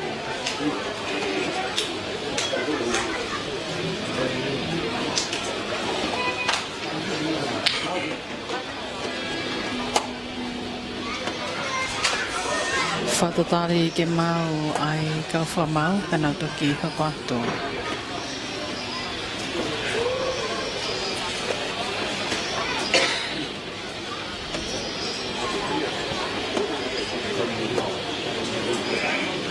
Kau whamau i poni o kau ai me lua mafi te vita whawanuku, whalapala, me se tōtai, o te whaki kia William Mawhanga Oe. Como te evita la cara de pan.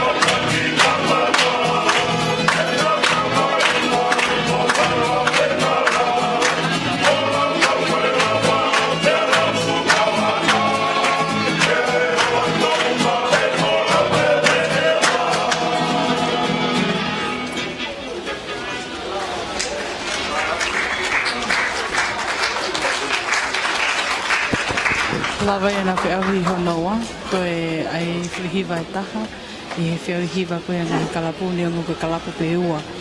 Na ele sita mai ki whiahui e pōni, hiwa e kau angelo, ka mai kalapu kumihu whangaanga. Pale raki, koe panga ni mangiau, pale ona wā panga whangiau, kau kei fuki ai kungai pale ke ngai whiahui ko toa tolu koe ia.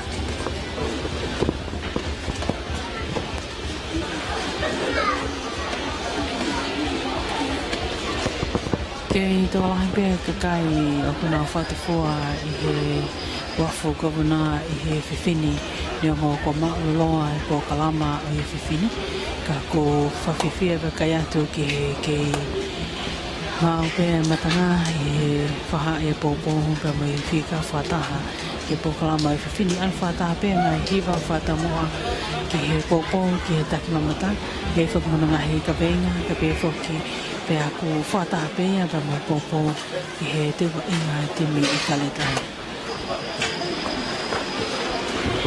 ke whakako ka mai ngau e ka whakamau whailonga tu mau o ka lewaini ke nau whiau hiva hano tolo.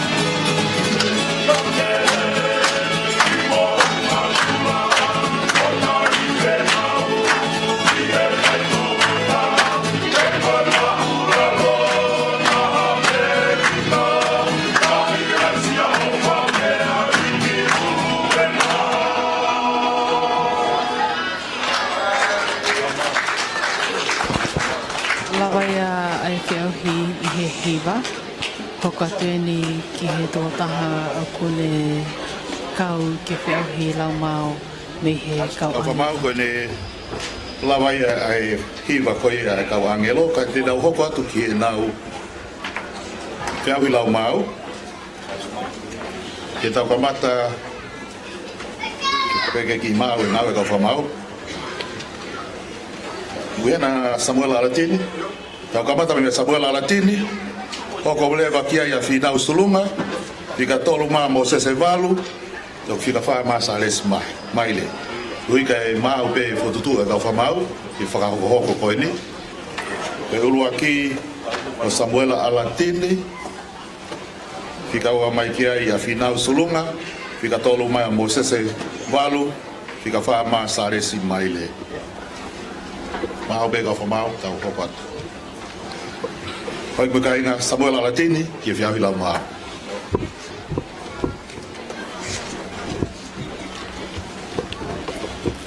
Tapu mo taloni o mama tupua. Amata kiloa ne hifo me bananga. Tapu mo ala fola o e hai mo bunga. Ka lave atu mo he kavenga. Taki mamata ko ia hota monu ia anga. E ko kai utu faki ai hota fonua. Taki mamata ko ata hai kavenga fisfisi mua. Ko foko tu ke tau mataha ki ai toka. Ki ono teke mo whaka ai hota fonua. Ke whenaa pasi a tala whaunga lotu mo teknolosia. He koe mea ia e tala ai hota tupuanga, pia manakoa ai a tonga ko hota ofanga. E lava whewhe ke manakoa a tongani, ka bau o kuta tai ofa, mo i kai lata ai. Hono uri e a takai mau maui mo tai tokanga, pia au kolo mo tau kakai ki muri. O ngari iria kina ai a siweri o Pasifiki, he tō o ngā kovi o kuta whai. Tau tupu, o ki taua, kai hako tupu e whanua. Tua mua e kai haha, mo e whai hia. Mo e tai riri ho tau pure anga. Pea whehia mo toa pure anga, he ewa mai ki tonga. Kata pou mua ke minista mo e takmamata, ke hiki a tonga, ke manakoa. Ko harewa a taua tonga e whai, ki hano solova o e palupare mai. Tau lua ki lotu mua o kore haivi me langi, ke tokoni mo tataki ai whataungiani, pe e tonu rewa e langa ngau e o whai, ke tau mau hatonga mau ui mo o whake. Tau lua ki kamata mua ho ta whoko utua anga, hono teu ke maa whafofa, ko ia e ula ki mātanga. Ke hoko ia ko hasipinga ki kaunga api kolo mo e whanua, pe ata rewa ki toa pureanga e tau whai taha. I hono langa atonga ko e whanua taki mamata i loa taha. E moni lewa e rea, e toki holo lewa i misiki e owawa. Ngata mua e whakahoa a, kau whoki a mua pihala. O wakai e ma whakatoma la, he kua maha e kumama. Si, ko ai ke ta pehena, kako hai e whanongo malanga. O tui ko mahino e kawenga, to e beki taua ke ta whakaala. Tua hawhatu mo e whakapapa.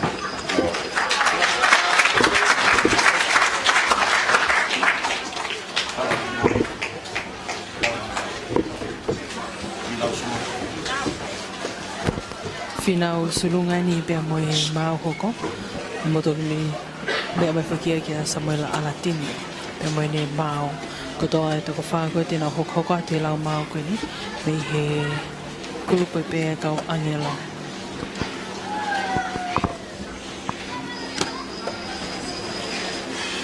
Whatatari pēne ki ha mau ai ngau e ai kau whamau, ki ura ki whai mau, Hili ai hoko atu lewa a Finau sulungani.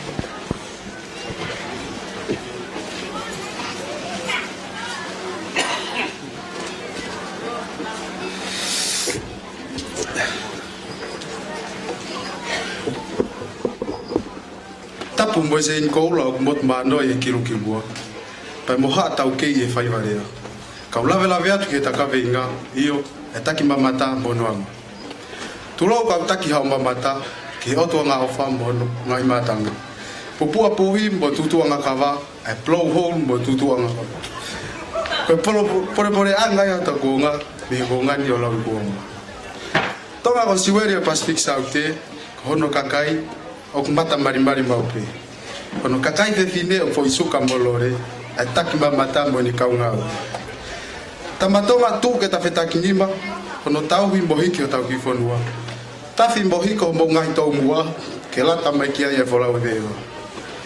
Te ngata hega o fokia, ke amsia ka managrere, me toa ko tala ngufua.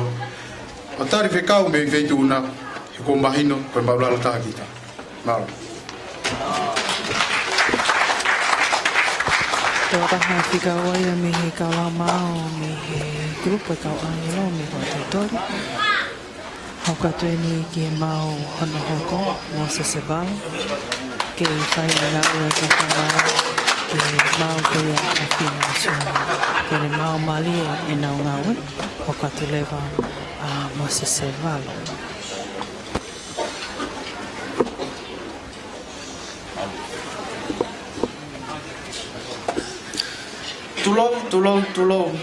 Tulou kau tala noa. Tak mamatai ka no lota tonga. Ai pore taki a maa mo whaafofa. O tala i hota whanua koe ot moto ngā ofa. Oi seu ka tarite mo o tumotu, tu pa ki e tau lotu. Fo kawa ki langi a haku mafu, he o tua motonga o tau popo. Awi anuk alofa mhono whakafofa, hono ahia e folau e veewa. Ai hau whano pa moe mokomoko hono ea, ka koe pango ko ene vevea. Tama tua ki ho tatonga. E nai hake o e lotu moe waslaa, o iloi koe o tuanga ofa. Tong mahino, e ta olunga ki e kariloa. Ka pau ko hopo e minista pe me hono sea, ke tufi ai veve mo mire mila, tonu ke ta tuu ke ta poupou ia. Pea moererei o ene ofa. Wisa, ke tawi ho ta tonga ke maa mo whaafu ofa. Wisa ke tawi ke maa ho ta matanga. Ai otulangi mo tutu anga kawa, funga fere ave umu tangata, ai pupua puhi mo funga ma wha o vaya. Ko tanga mamata o kune tua ki o ta whonua, ki e wholau ewe ewa. Ke whakamore e nau panga, ki hao ki tongani, o sio ki o ta whonua, pea whakatau mo e tau koloa, ke mauaia e ta panga.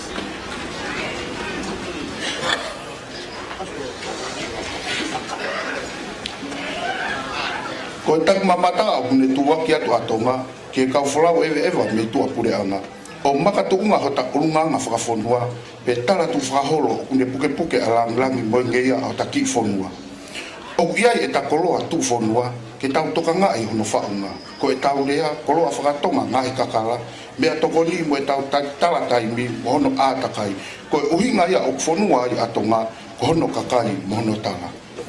Puke e tau rea whakaniwa, rea ki e tui hou e ki moe kakai. Ko e tau koloa whakatonga whala whiu whatuwha moe launima. Ko e tau mea toko ni alu sipi whakakai mei. Hono tō au whi mono tō tai o hauseni. Whewhe e tau tala tai mi, ariha mui, wai mui.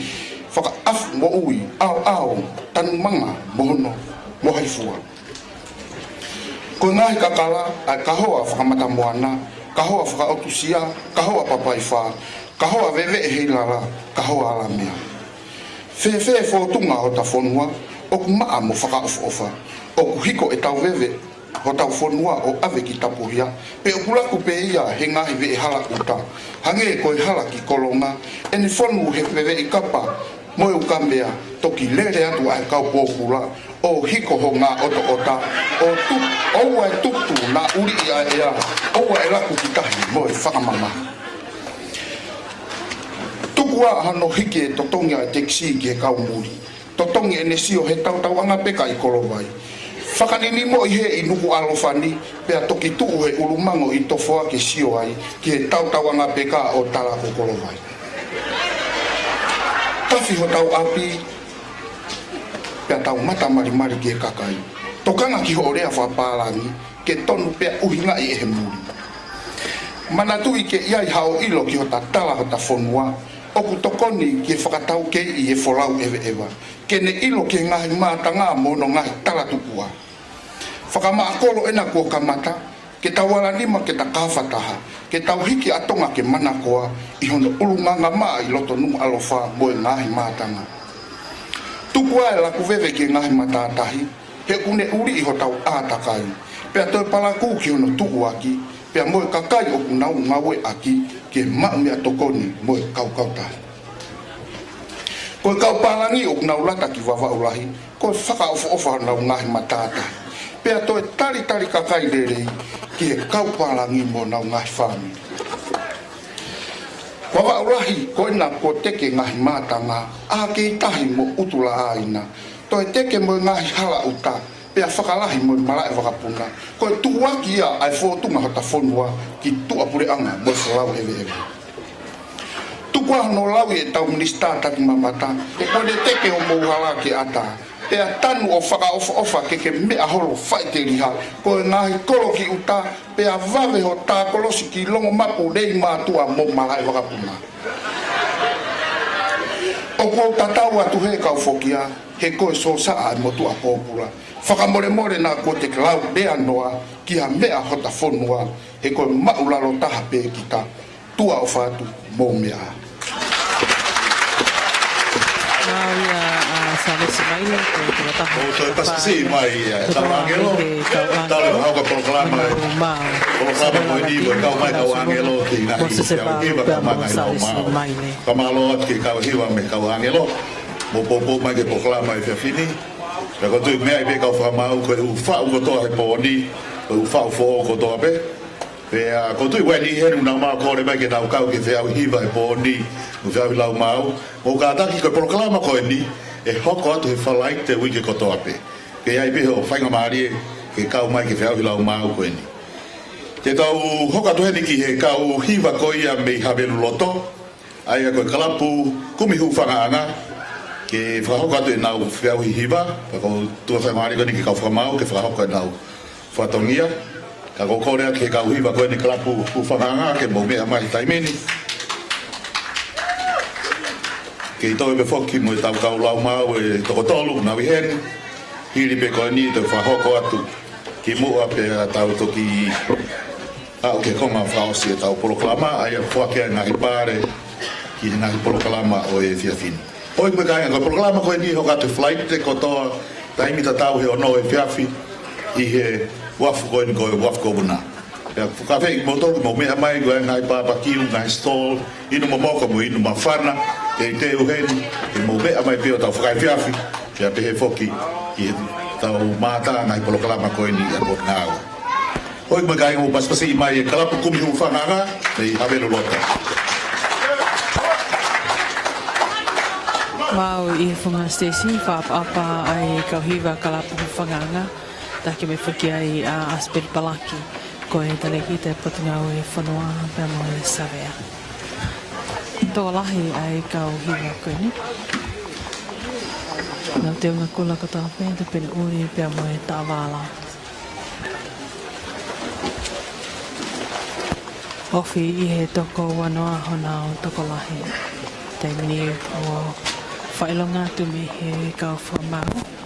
Mau ai nao te pile. Koe hiwa o loake ni ai ka lapo hu whanganga ka mai ke whiau hui pōni.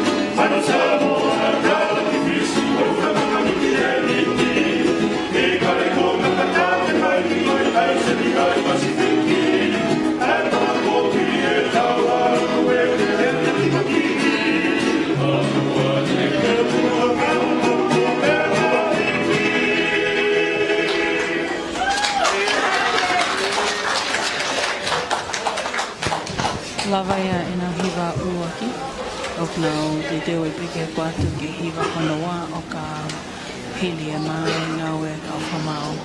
Makai atu ku wak mai ki he wafu ka wana ai ongo me mipa wharerea whawhonga tonga tapo hiwa pensima whita e mo vivo sa taka me hapai tātou. Ka whatai ko kalama e whiwhini e ku kei ihe me whaki ai whanau ka mo tutuko ka mai mātua tai whanau i he mamata e ko kalama e whiwhini. Aia koe mo kalapu puto ki wani kau mai ki he kuhi hiwa ngā he kalapu kawatonga. Kalapu mi hiwa ka angalon ko mo kalapu whangaano. Kai hiwa ke kehe te tonu o ku na i tukatu ki whai kei ana whangato mo whia he poni. O koe pale ke kehe pia e tonu pare waki. Pangani mai ngau pare wā panga e whangiau.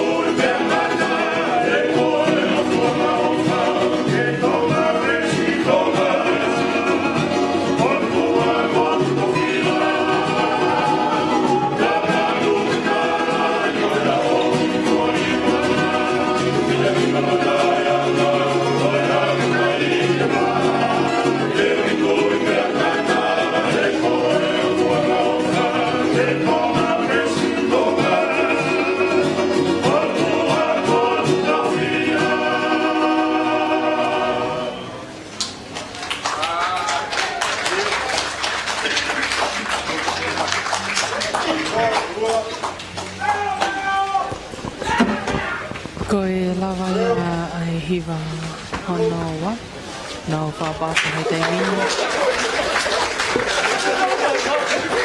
Whakia tu me Tau whamalo heni ke hiva ko ia me he kalapu umihu whanganga, me hawe loto, tau mai ki he whiau hi he whiawhini, mo whakaliari he whiawhini. Tau whiawhia poki ke tau taitale rei heni o whawhonga wharearea, o na mea heni he whiawhini, ki a wasataka ko whawhonga me whaifunoha pai. Taitale rei koe ka o maa pensimani whiwhita, me hahake tonga tapu. O tangata taitale rei ki boa he whiawhini ki he proklama he whiawhini. No kwa foi taitale rei heni ki he whare i koe e paremia, lia mi ka maa e hoa. Ia ko lawe ia tu kai ka ofisa kolo me ka pure whakawaka heni. Ka uma ki nga tole ka tangata i tonga, nei tonga, o mau mea heni i whiawhini. Hei ngata pehi e tau whutokanga ne kina na whakatak mamata i tongani, ka pehi whoki e tau teu ko ia, o tau pou ki he tau ko ia e tim whawhanunga tonga ko i kare tahi mana ke whakahoko a pom. O toi pe houa e ua walu he taimini pe a hoko e taimi whai e whiau ia ka pulu atonga. O toi pe houa e ua walu he taimini. I kai ki toi whakaloloa. Te ukore he ni ki he kulupu ko ia e pakiola. Kulupu e pakiola pe he whoki ki he tautupu ko ia tawahi ke nā ai foi item ki mua ko ia pe a toki hoko atu e tau polokalama ki hodo whake pare ka reo ke mau le rei e ngau e kau whamau ka ki kore ere wake he ka wifi koe ni ai korisko tupou malo moa mo bea mai whiwhini whalanglangi e pō ka e toi ai pe moha tau ki foi item e tak wha a ke maatanga pe a hoko mai rewa ki foi item e ua koe ni pa ko tui pa e whiunga ia ke whakahoko ai ngau e kau whamau ka mai kau a tita tau whamalo ke kau whamau me le rua mafi te vita whaonuku ka pehe whoki a whawhikau whulau hola tau kafa e whakahoko e whatongia e whiawhini kai ke ngata ai ka tau toi hoko atu ki he kau whamau koe e sipi tau ka whawhikau te vita latai la kepa pe a mo whawhikau wiliami ofa he ngā aue o mo poupou mai ki programa e whiawhini pe a pehe whoki pa matakata moa e he malai a kapulu o e poupou ki he tau i karetahi koris ko tupo te mai ai tautupu ko ia ana kolo pe pe fo ke tautupu ko ia a pea ke tau hoko atu malo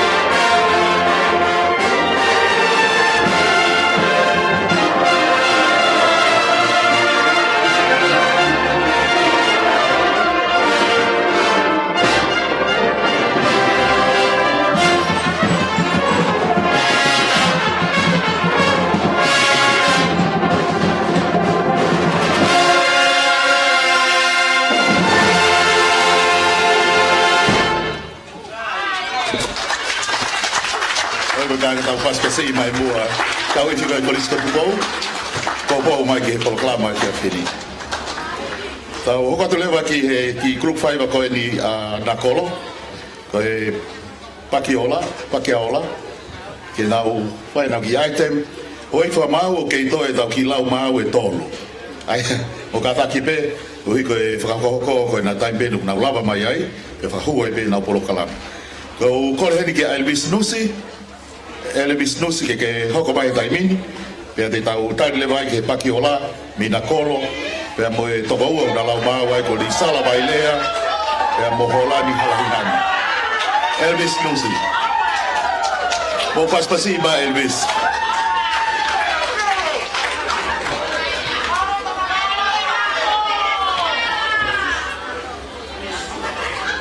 Maria Elvis.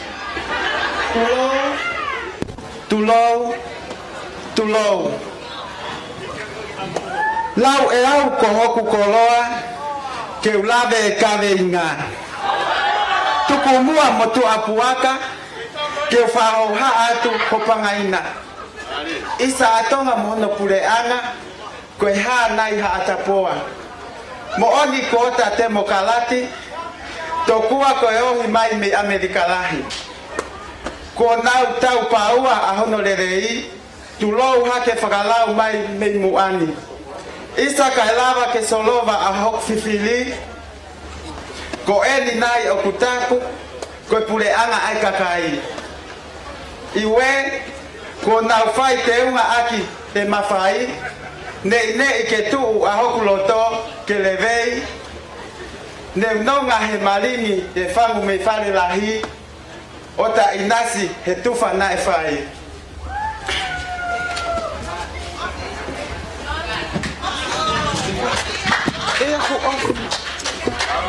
Mo paspasi mai o Elvis Nusia me tataka potoma. Alo, ko hene tonu e whakufonga. Hoka te koe.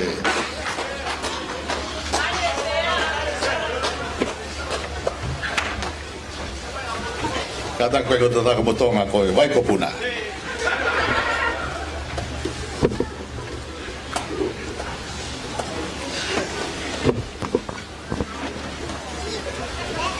Hoka toi pifo ki he whare ari koe ni ai tautupu tawahi ke nai pifo ki me he vai kupuna pe ko kawai pe Elvis Nusi I he memi pa tautupu tawahi ke na I funga Stacey pe mo e toenga kau memi pa grupo ke hau koe whare ari o e whiwhini kau whataha pe ai e tamai whiwhine pe mo e whanatangata I he whare ari koe ni. Bro!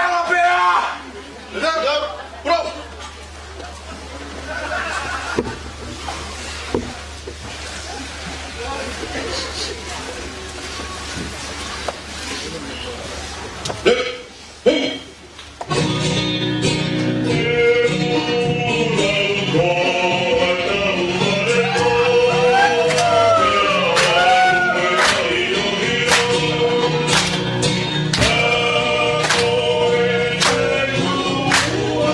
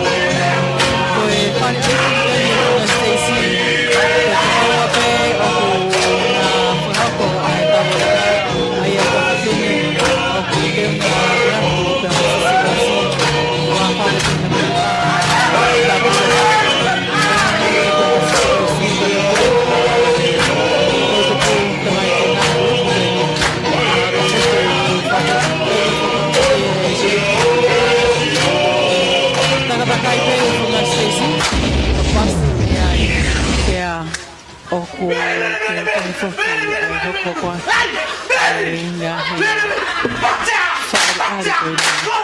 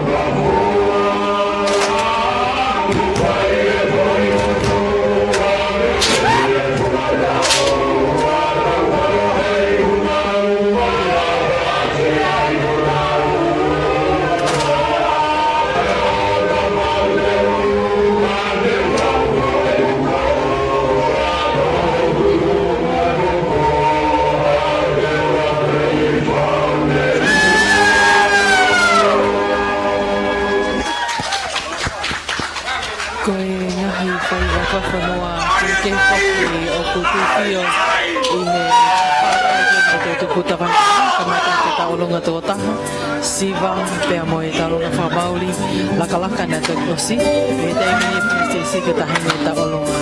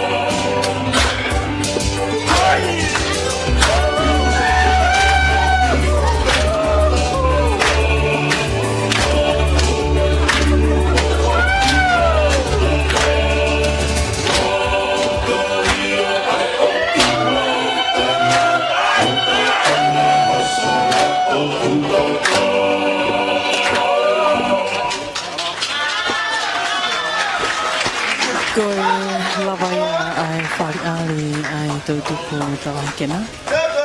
Te mini na whapa lava to me from the station. Koe tautu pui a me he vai ko puna. Na foi ai te ko eli ko popo ko ke. O te fine ta lunga ko te fine pe mo ye me vai ko puna. Kai ko to pe tu ke. Ya ko fai a ko ta ka pa na tu la fare ko Owen Bau. Na te ke fe au ko ma ke fai South Pacific Games. Kai ke ko e tau ai te mo no ko ka ta pe ko fa mau to pe ki foi lau ma we o pe ma le ba pa ko ko he ni ki he to to pu ka na kolo ko ko le kali sala bailea pe mo holani halengano bo ka ta ki o be mai o fa ko mo lau mau pe ho ko mai pe pa ki ola mi na kolo ha mo ki foi ai te ka lava ha no fa mau po ka fa mau e ta polo kalama malo Lisa la bailea.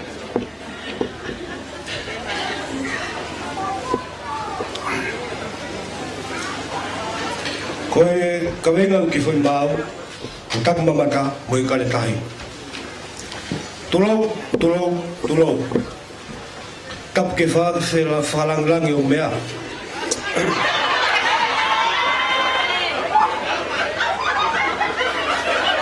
Tapu mo i walu ha empola. Se pita kola o tonga afu. Tapu ki he fetu pe mo mahina. Excuse me. The star in the wonderful moon. Oktau lo tonga fia ono po wake ma moa vela ko nga fonua. We are very happy to our rugby team. O whahoko ia, e toa te labulabu, mo tak mamata, o malawa i ke tau wheloak whiawhia. O ngona mai me England, I get a message last night from England. Ko osi ke a verenga, si whenga e tau timi.